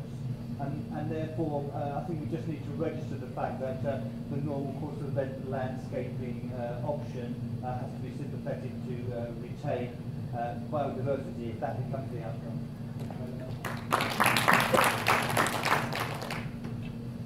Councillor Dudley.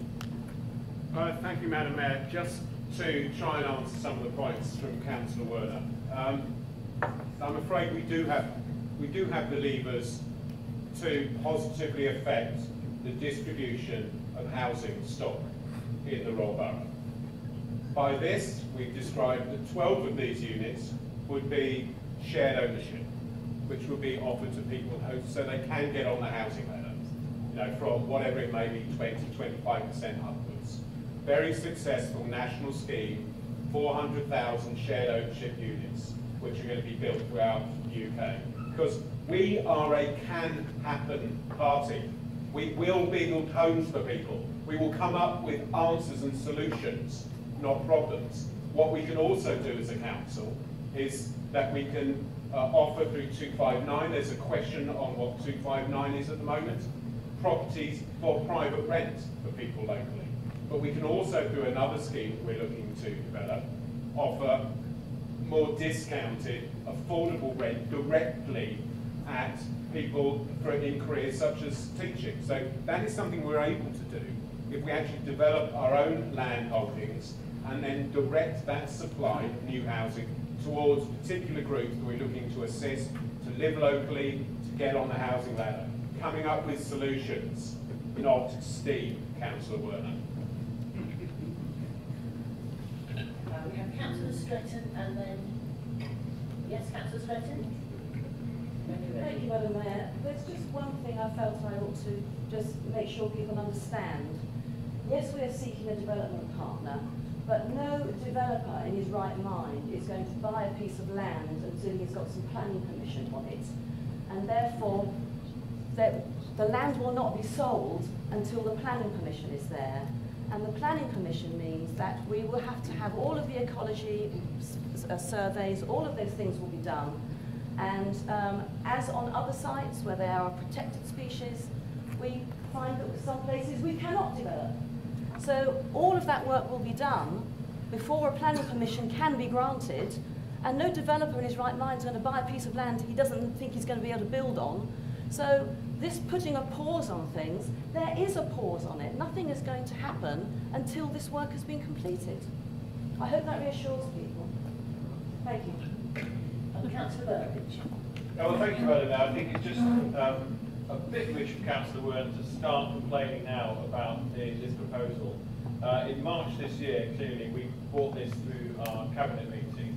And I don't recall the opposition either saying bad idea or calling the decision in and proposing to keep it as public open space at that time. I don't recall that debate happening. So I think it's a bit rich of Councillor Werner to suddenly now discover the value of this public open space, which I think we recognise. But as Councillor Dudley said, the pressure on us to provide homes, to provide housing through the incredible demand on space in the southeast of England is really great.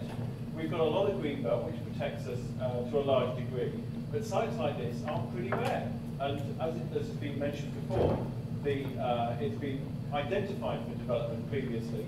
It's a site which we value as public open space, but we also need to balance the importance of providing housing. Where else, Councillor Werner, are you going to provide the housing? Are you going to build on greenfields, or are you just going to pretend that the problem doesn't exist, because it is a real problem that we are facing and we are solving? Thank you, Madam Mayor. Your turn. Councillor Beer. Thank you, Madam Mayor. Just before I became a borough councillor, 20 odd years ago, the council was in fact a housing authority, but they, as was the flavour of that particular time, because government grants were more favourable to housing associations, this council sold off its housing stock to Windsor Housing Association and Maidenhead. They both changed their names, but they were two separate housing associations.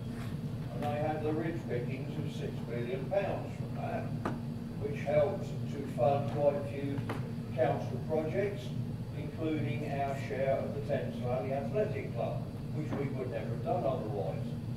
But I think the council has lost sight of the fact that it is a housing authority. It's responsible for finding housing for people in need, but we're selling every time to the highest bidder. And there are so many 4 and 5 bedroom houses being developed all over the borough, particularly in the western end, that they're totally out of reach for ordinary working class people. And to talk about shared ownership, that is a bridge too high for them to get to. We must concentrate more on providing low, affordable rentals for the bulk of the population. Now, I fully appreciate the points which Councillor Wilson has outlined on the enormous needs of the borough. 712 houses are required, or units of accommodation, over the next 15 years. I haven't got the arithmetic on my right with me, but it's something in the region of 12,000 extra houses. Where the heck are they going to go? Something which I've been plugging away at for ages, but nobody seems to have caught on until the last minute, is that the Davis Commission, looking at Heathrow, wave your hands in the air. It's important, and there's a 50-50 chance it will be thrust upon us, because so few of the local authorities have addressed the housing needs. The Davis Commission in its early report said 70,000 extra houses will be needed around Heathrow. 5,000 in each of 14 boroughs in the general area of Heathrow, quite widespread. In fact, very few authorities can provide extra housing. That extra housing will spill out into the countryside, and we will be the hotspot for that. The Davis Commission reckoned it would require 500 houses per annum in each of those authorities for the next 10 years. 500 on top of 712 is quite a big number. I could count it, but I'll leave that to you. Now, we have an awful problem. We're talking about higher density housing in and around Maidenhead and other places to accommodate people. We should not be releasing areas of green fields, green space, where you can exercise and get some fresh air, because when we've got more and more people living in the area, we will require more and more open space. Yes. We should be looking at protecting the quality of the area, not just cramming more and more people in. If we can't accommodate them, we can't. And that's the message that's got to be spread out. Crossrail will be bringing people in for employment. They may not need to live here if they've got ready train service, if they can afford the fares. But we've got to really consider this properly and not jump to conclusions. Let's please think about this and consider it properly. I happen to be fortunate in I live in Old Windsor, and 2/3 of the boundary is Windsor Great Park. We've got ready access to Windsor Great Park other than at night time. Many other communities don't have that. We've got to consider the quality of life.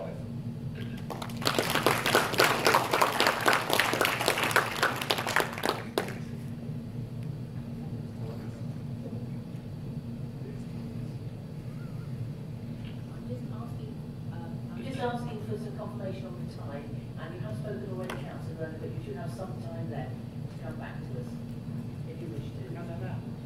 Thank you very much, Madam Mayor. Councillor Dudley raised a very interesting point, why this hasn't been raised up to now. To be honest, back in March, I certainly didn't know about this site. But thanks to the campaign, I've learned so much about toads, so much about absolutely precious bit of land. And I think that gives you all an opportunity as well. Because I'm sure when you made the original decisions, you didn't really know much about this land. You didn't know about the biodiversity. You didn't know it was being used by the public to such a great extent. You didn't know how loved it was by the residents. So now that you do know, it's your opportunity to do what I've done and decide that actually this is worth saving and you will save it. So come on, join with me and save this lovely piece of land.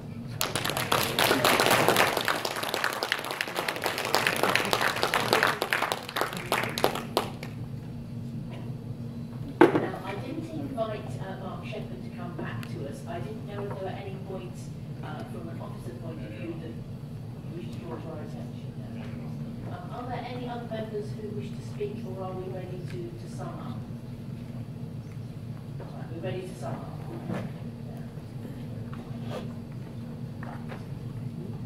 Well, if we don't need to sum up, then are we ready to go to the vote on this? Yes. I suspect we will need a named vote. Councillors, I'll call your names out in alphabetical order. If you can clearly say whether you're for, against, or abstaining from the proposal in front of you. Councillor M. Airing. For. Councillor M. Airing. For. Councillor Alexander. For. Councillor Bateson. For. Councillor Bathurst. For. Councillor Beer. No. Councillor Barty. For. Councillor Bicknell. For. Councillor Bowden. For. Councillor Brimacombe. For. Councillor Bullock. For. Councillor Burbidge. For. Councillor Carroll. For. Councillor Clark. For. Councillor Collins. For. Councillor Coppinger. For. Councillor Dudley. For. Councillor Gilmore. For. Councillor Gray. For. Councillor Hill. For. Councillor Hilton. For. Councillor Hunt. For. Councillor Elias. For. Councillor Jones. Yes. Councillor Callaway. For. Councillor Lenton. For. Councillor Luxton. Councillor McWilliams. For. Councillor Mills. Councillor Muir. For. Councillor Pryor. For. Councillor Crick. For. Councillor Rankin. For. Councillor Rayner. Colin Reynolds. For. Councillor O'Shea. For. Councillor Richards. For. Councillor Saunders. For. Councillor Sharma. For. Councillor Schleen. For. Councillor Smith. For. Councillor Story. For. Councillor Stresson. For. Councillor Togosco. For. Councillor Walters. For. Councillor Werner. Against. Councillor Wilson. For. Sorry, Councillor Eggleston. For. Councillor Young.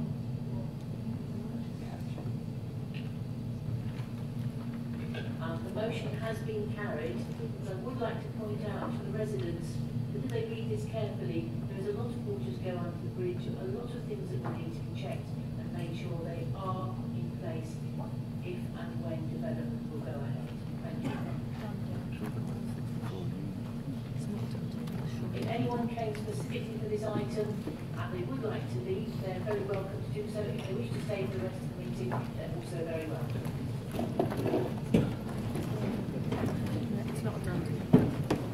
It really isn't. 64 you? We're not deciding the planning commission. All we just decided was to do an audit on our own spaces and continue to investigate. We haven't decided to build. It's all right, it's the mill in here.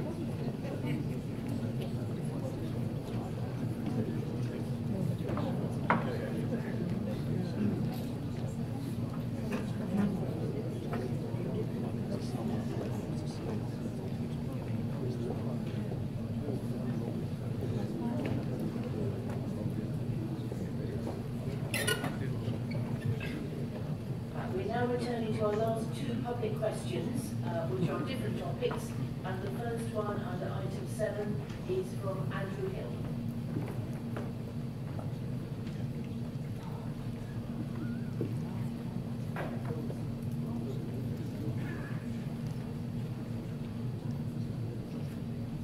And then you're ready to put your question to us.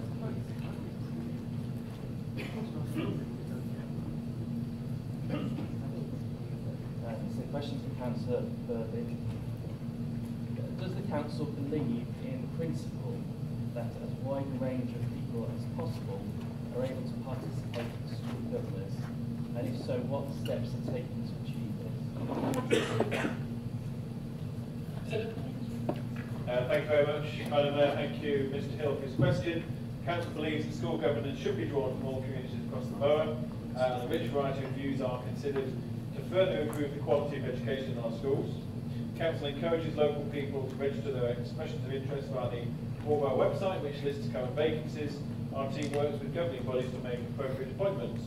Governor Services team works closely with Warborough Volunteer Group to raise awareness and provide extensive training and support for all governors throughout their tenure, so no experience is needed to get started. Thank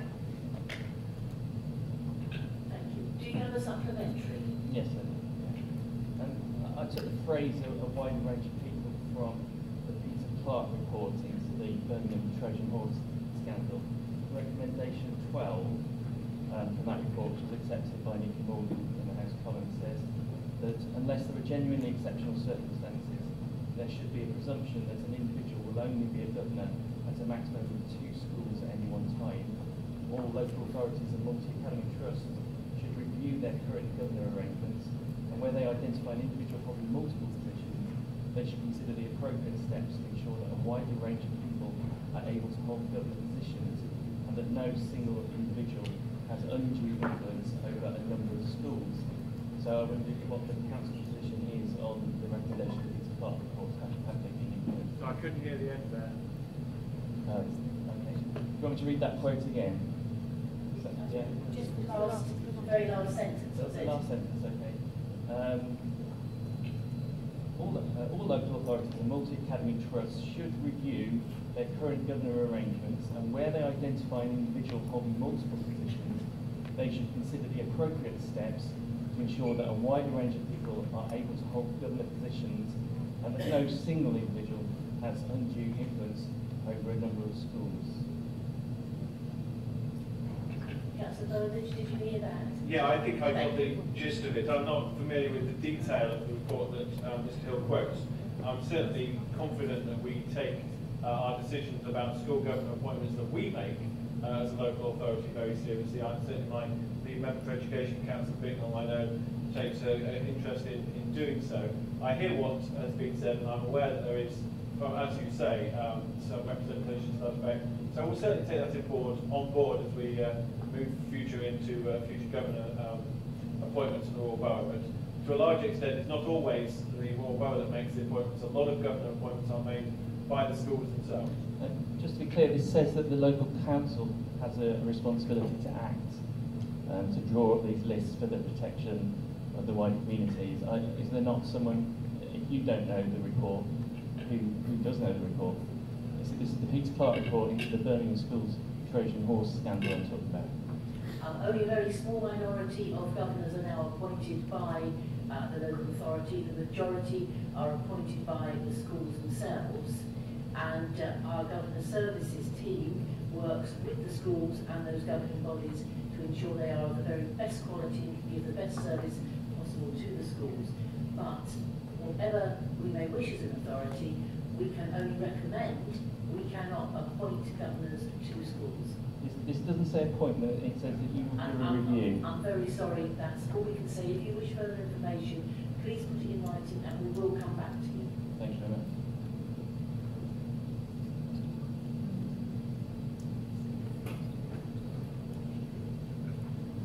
Right, now you have a second question, Mr. Hill. If you'd like to put that down, please.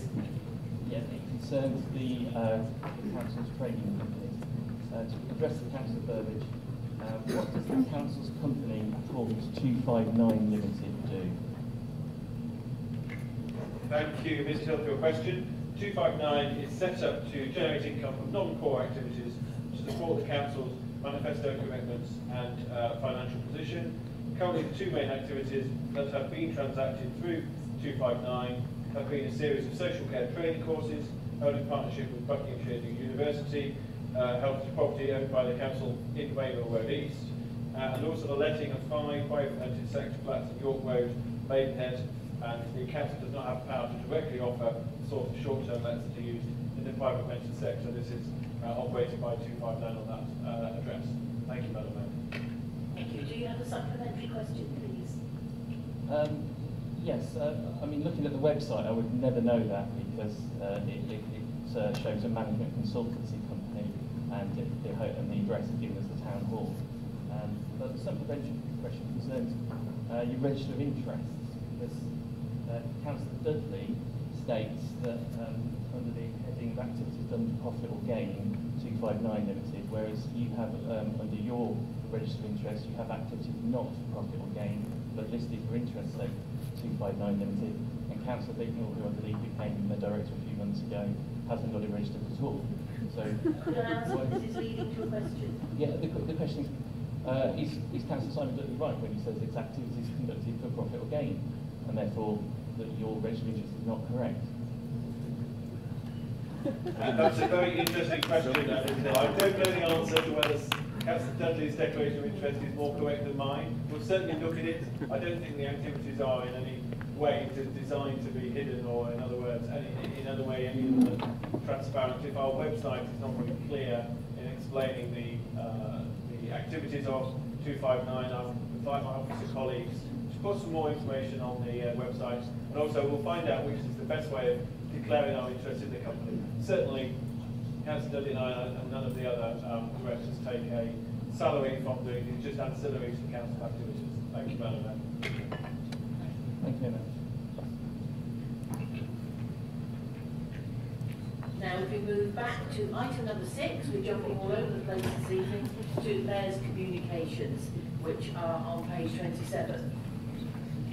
As you will see, the Deputy Mayor and myself and our recent past Mayor have attended and taken part in a very large number of events. I think 160 engagements plus in 10 weeks. It is coming up to Christmas season, which of course is traditionally very busy, and we have been welcomed into a lot of organisations, events right across the borough from age 0 to 90 plus, and they have all been incredibly interesting. I would like to pick one or two out, as they have been very interesting, and it's been illuminating, I think, to us to find out more about some of the smaller groups that operate around the borough. I would like at this point to take the opportunity to thank someone, and that someone is Christabel Shawcross, who has been a very senior officer in the borough for many years. She is indeed only second in line, I believe.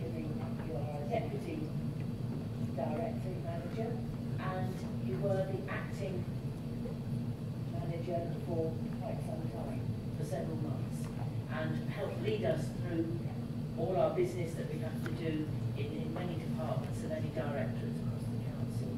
So, on your behalf, I think it would be appropriate to say a very big thank you and to wish you well.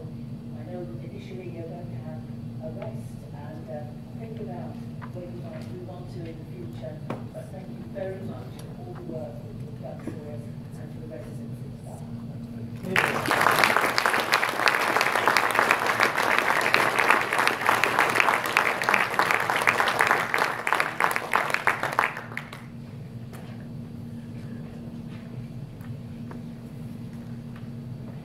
Move on to item number 8. Do we have any petitions to be presented? Thank you.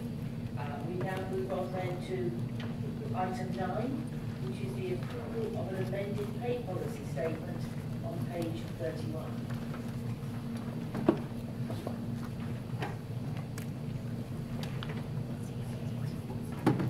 Councillor Burbidge. Thank you very much, Madam Mayor. This document details the annual pay policy statement required by the 2011 Localism Act includes information related to the council's highest paid employee, the ratio of the highest to the lowest pay. The details of various pay settlements have been awarded to staff in recent years, and various other matters to do with the council's pay policy and operation of it. Happy to take questions. Thank you. Do we have a seconder? Councillor Bick, thank you. Do you wish to speak now? Reserve my right. Do we have any members who would like to speak on this item?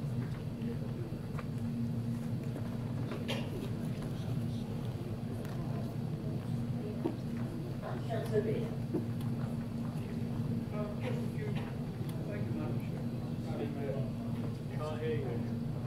Just a couple of queries, really. On page 36 at the foot of the page, it refers to the Director of Adults. I think that should read Adult Services. And on page 37, clause 2.4c, almost at the bottom of the page, it refers to pay increase in this category. Could I clarify whether that just refers to clause 2.4, or I think probably the intention is to be relating to clauses 2.2 as well as 2.4. Another point I think is on page 40, under 3.12, the last item, benefits, refers to discounted rail travel to Maidenhead on Great Western routes. I think that's fine, but should not the benefits also be sought on other routes? Some deal with first buses perhaps? So those are just a few queries I'd like clarification on, please.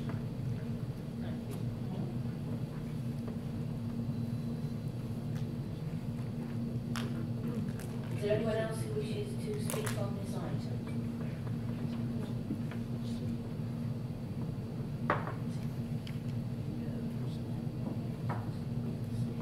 Councillor.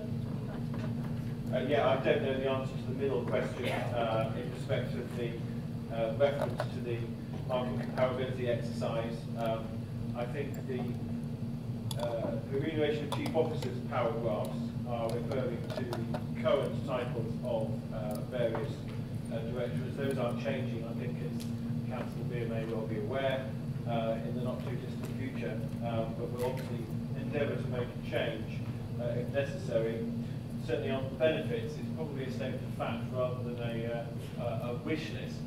Maybe it would be helpful to Councillor Beer if a delegation was to be taken to myself in consultation with yourself to make minor amendments to the pay policy statement before we adopt it. Would that be suitably helpful? I'd be very pleased to do that. If we could minute that and then we'll make the changes and adopt the pay policy statement within 10 working days of hopefully this meeting, if that's acceptable to members.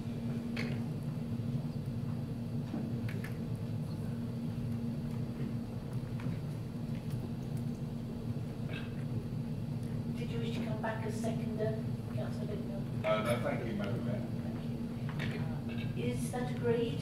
Agreed. With the amendment? Agreed.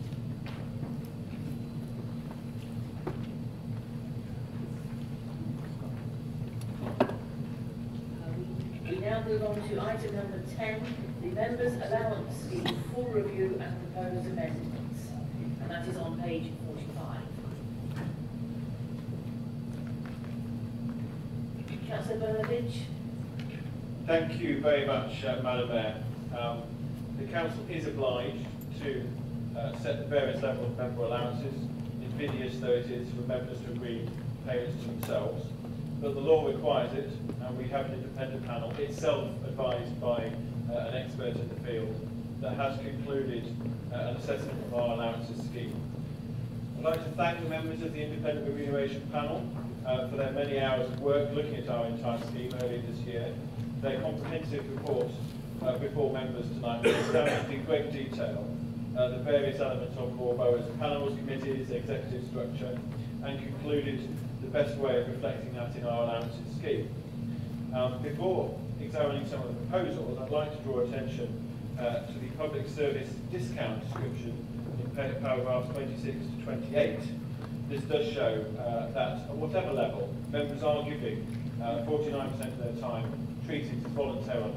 So the allowances scheme is already pretty much half what the otherwise it would be if it was reflecting the work put in as a salary. So I'd like to pay tribute to all members of the council for the work they do on behalf of their community, for residents, visitors, those who work in the borough. Without the dedication and effort of all elected members of all political parties, this borough would not be in the good state that it is. So to all my colleagues, and indeed opposition members, thank you. Details of the proposed changes are summarised on page 54, with the supporting information of all the proposed schedule of allowances, and the benchmarking information with similar councils is also attached in the report. Our allowances, as it states in paragraph 16 on page 61, the panel found to be relatively low. Therefore, an upward, although marginal, revision has been proposed. The Conservative Group would like to agree the vast majority of the recommendations of the panel, with 3 exceptions. Firstly, in expanding the cabinet to include 40 members by way of principal members, I think it would be rather undermined if the allowances paid to the extra 4 were to be any way different from the lead members. I created the portfolios to be equal and in responsibility and in remit to suit the councillors that hold those roles. I don't think it would be fair to create an arbitrary difference because the law restricts us from 10 voting members in cabinet meetings, when the efforts undertaken by lead members and principal members are essentially the same. Therefore, I'm proposing the allowance, the ratio of leaders SRA applicable to principal members shall be the same as for lead members. Secondly, we do consider there is a large and meaningful financial responsibility that falls onto the pension panel, by extension the chairman of the pension panel. With a fund in the low billions, decisions at that panel can affect fund levels into the millions and affects taxpayers consequentially. The proposal for that position is to make the chairman of the pension panel have a ratio the same as the audit and performance panel, i.e. 20% or 10% of leaders SRA. Thirdly, in relation to the licensing panel subcommittee, these meetings can and do occur and do take a long time out of a member's day, potentially. The work is technical and involved, and essentially we don't see any real difference why members of these hearings should be treated in any lesser way to those who are sitting on appeals panels, which are detailed in the report. Therefore, we are proposing that the licensing panel subcommittee payments shall be, as with the appeals panel, £30 for meetings up to 3 hours and £60 for meetings over 3 hours. Madam Mayor, I won't say any more at this point, noting the leader of opposition, whoever he or she is, does appear to be the biggest percentage winner of these proposals. Thank you, Madam Mayor. Thank you.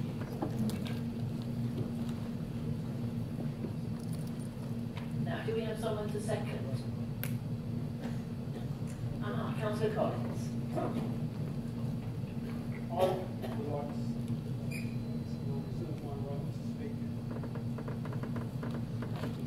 Thank you. Do we have any members who wish to address this report? No. Who was first? I'm not quite sure. Was it Councillor Beard? Councillor Jones.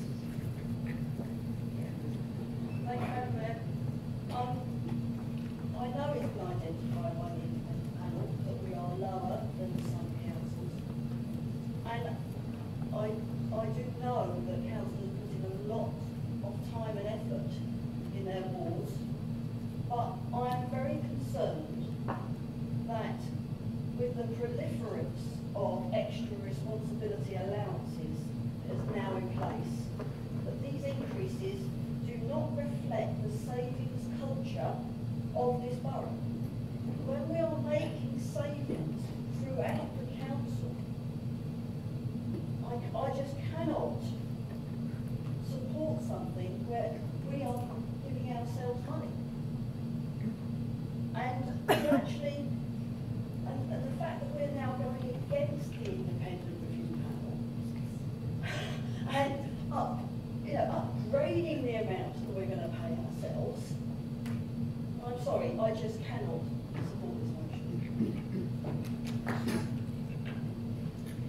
Councillor Ian. Thank you, Madam Mayor. I support the amendments or the fine-tuning which the leader has put forward. I was going to make similar comments actually, particularly with regard to the licensing panels, because in fact I had the misfortune to get into a series of attending licensing panels which took all day. And they were just arguing about all sorts of minutiae which didn't really affect the outcome. It was extremely frustrating, and I think people who have to put up with that deserve some sort of remuneration.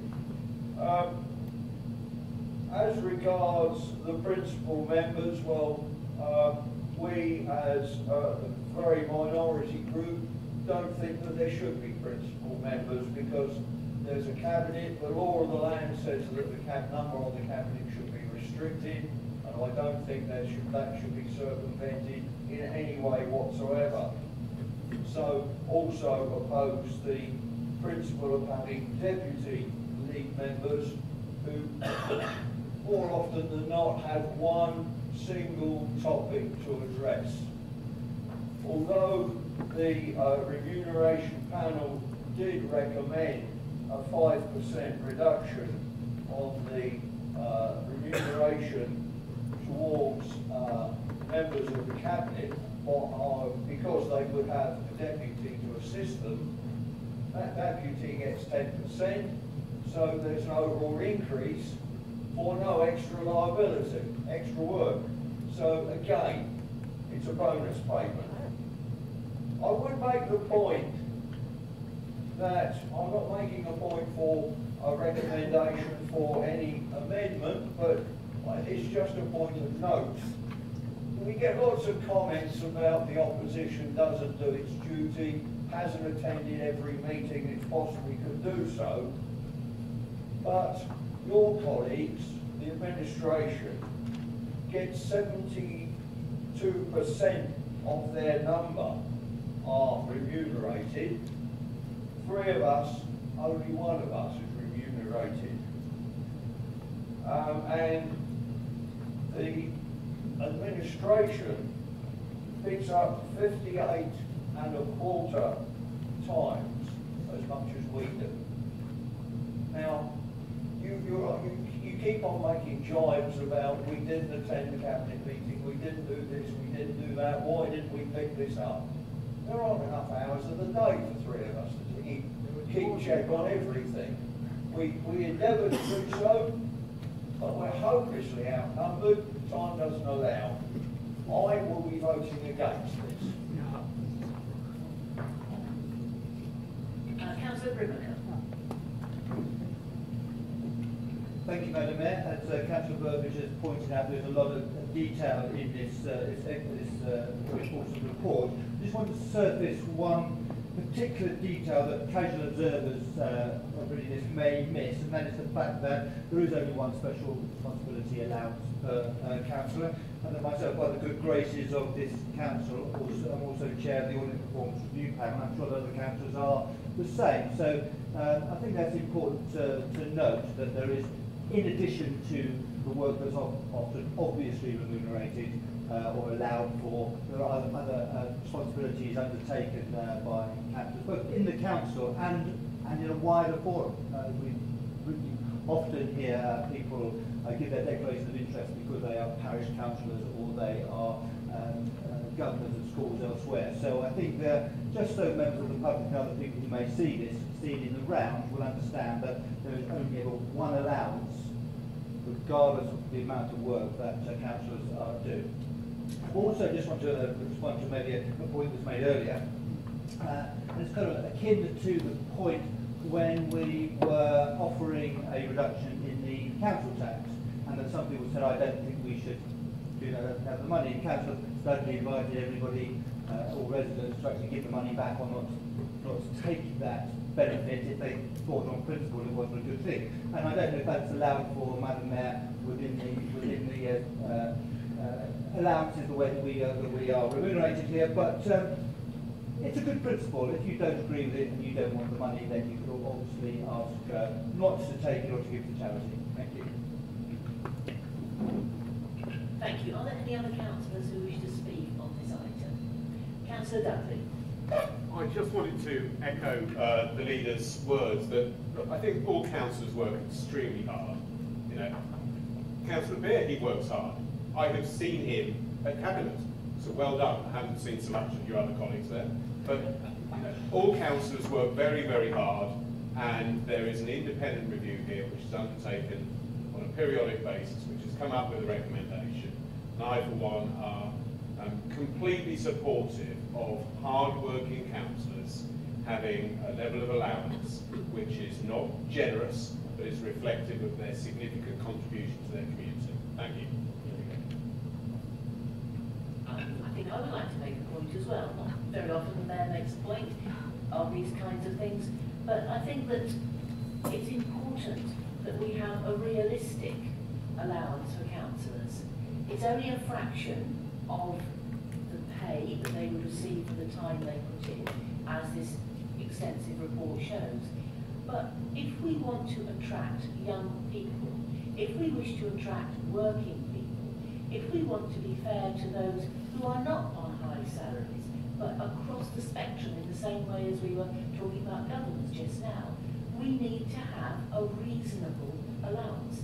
We don't want to have a council which only attracts very mature and very well remunerated ladies and gentlemen. We want to have representation from residents across the borough, and one of the ways we can do this is being realistic, and we are still offering something that is at the lower end for many of the authorities in this very expensive area, but I think it's a very fair paper which is being produced independently, and I wholeheartedly support it.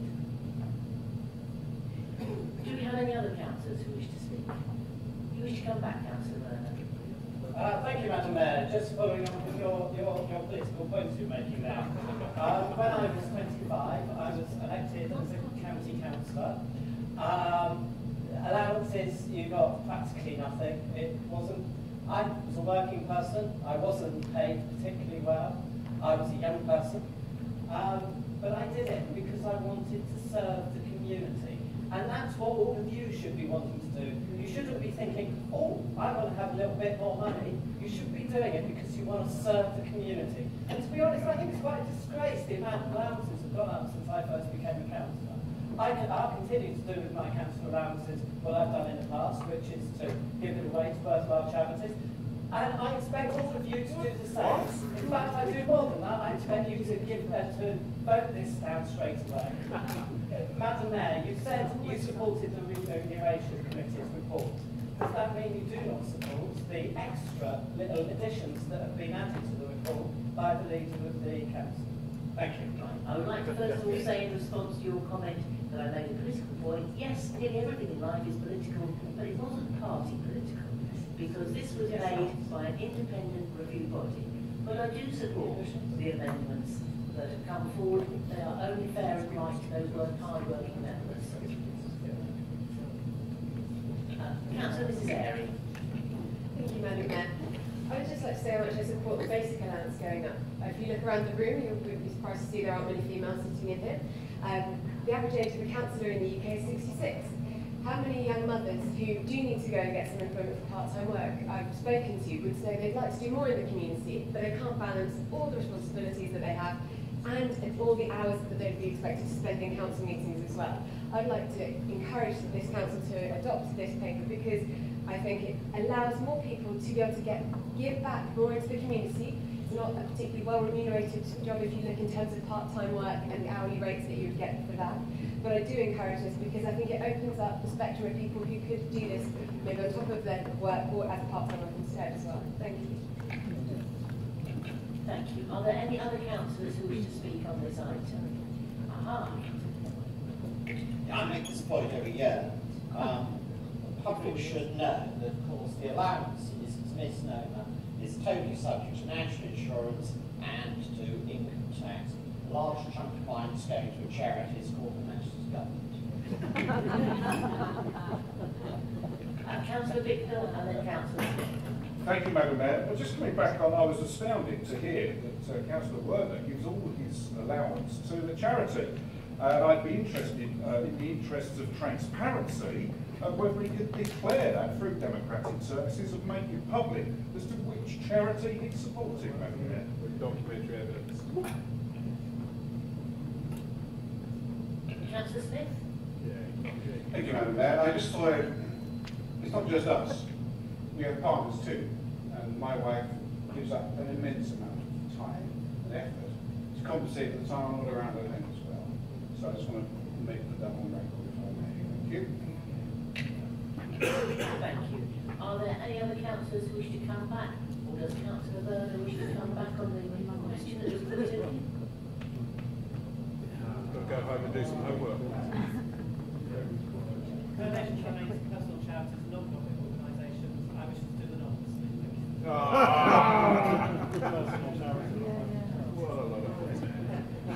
I think we've probably discussed this fairly fully now. We have got a recommendation. Do you wish to sum up, Councillor Burbidge? Thank you very much, Madam Mayor. Just to address a couple of points raised in the debate. Councillor Jones was effectively complaining about the large number of SRAs. If she looks in paragraph 90 of the Independent Remuneration Panel report, you'll see the concluding line in that on page 61 says the total paid out in SRAs is not excessive in the comparative context.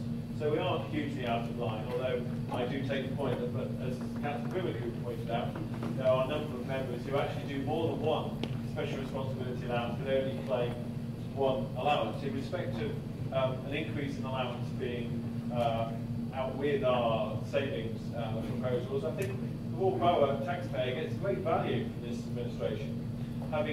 We've cut their council tax 6 times, left tens of millions of pounds in the local economy, and a very, very dedicated team of hard-working members across the administration. I think we do provide exceptional value. So the marginal upward revision, which the IRP is recommending, alongside the amendments that I tabled a few moments ago, I think is fully justified and sustainable, and we'll continue to recommend to Council, Madam Mayor. I'll be interested to see if Councillor Beer, having voted against the proposal, will be repudiating his increase in allowances, as he's allowed to do under the Constitution. Thank you, Madam Mayor. Thank you, Councillor Burbidge. Now, I have sensed that we are going to need a name vote on this. Yes. Okay, Councillor, so just to be clear, the recommendation you're voting on is one on the sheet, all the bits in italics on changes to the recommendation in your report. I'll read your names out in alphabetical order. If you can please state for, against, or abstain from the motion in question. Councillor M. Airing. For. Councillor N. Airing. For. Councillor Alexander. For. Councillor Bateson. For. Councillor Bathurst. For. Councillor Beer. Councillor Barty. For. Councillor Bicknell. For. Councillor Bojan. For. Councillor Grimacoo. For. Councillor Bullock. For. Councillor Burbidge. For. Councillor Carroll. Councillor Clark. For. Councillor Collins. For. Councillor Coppinger. For. Councillor Dudley. For. Councillor Gilmore. For. Councillor Gray. For. Councillor Hill. For. Councillor Hilton. For. Councillor Hunt. For. Councillor Ilias. For. Councillor James. Councillor Kellaway. For. Councillor Lenchen. For. Councillor Luxton. Councillor Williams.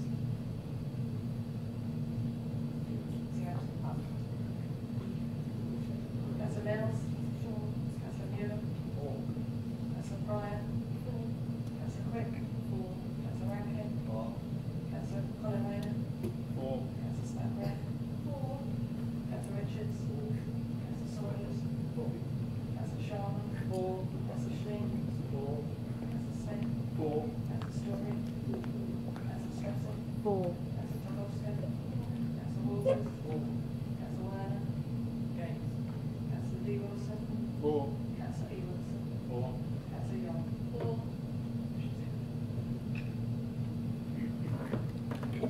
Sorry, Madam Mayor. Sorry, I was out of the room. Am I still out of vote? I have a feeling the answer is no, but I will double check. The motion is carried without. Thank you.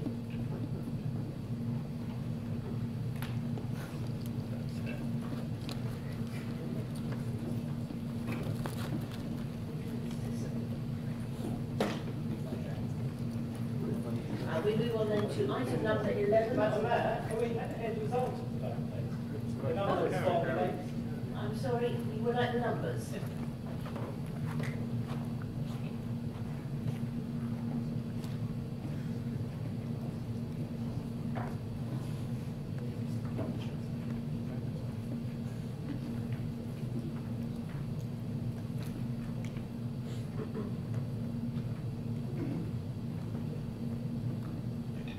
It's 44 voting for the motion and 3 against. We move on then to item number 11, the statement of licensing policy. Councillor Wilson, thank you.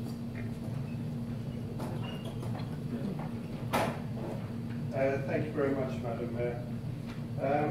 This particular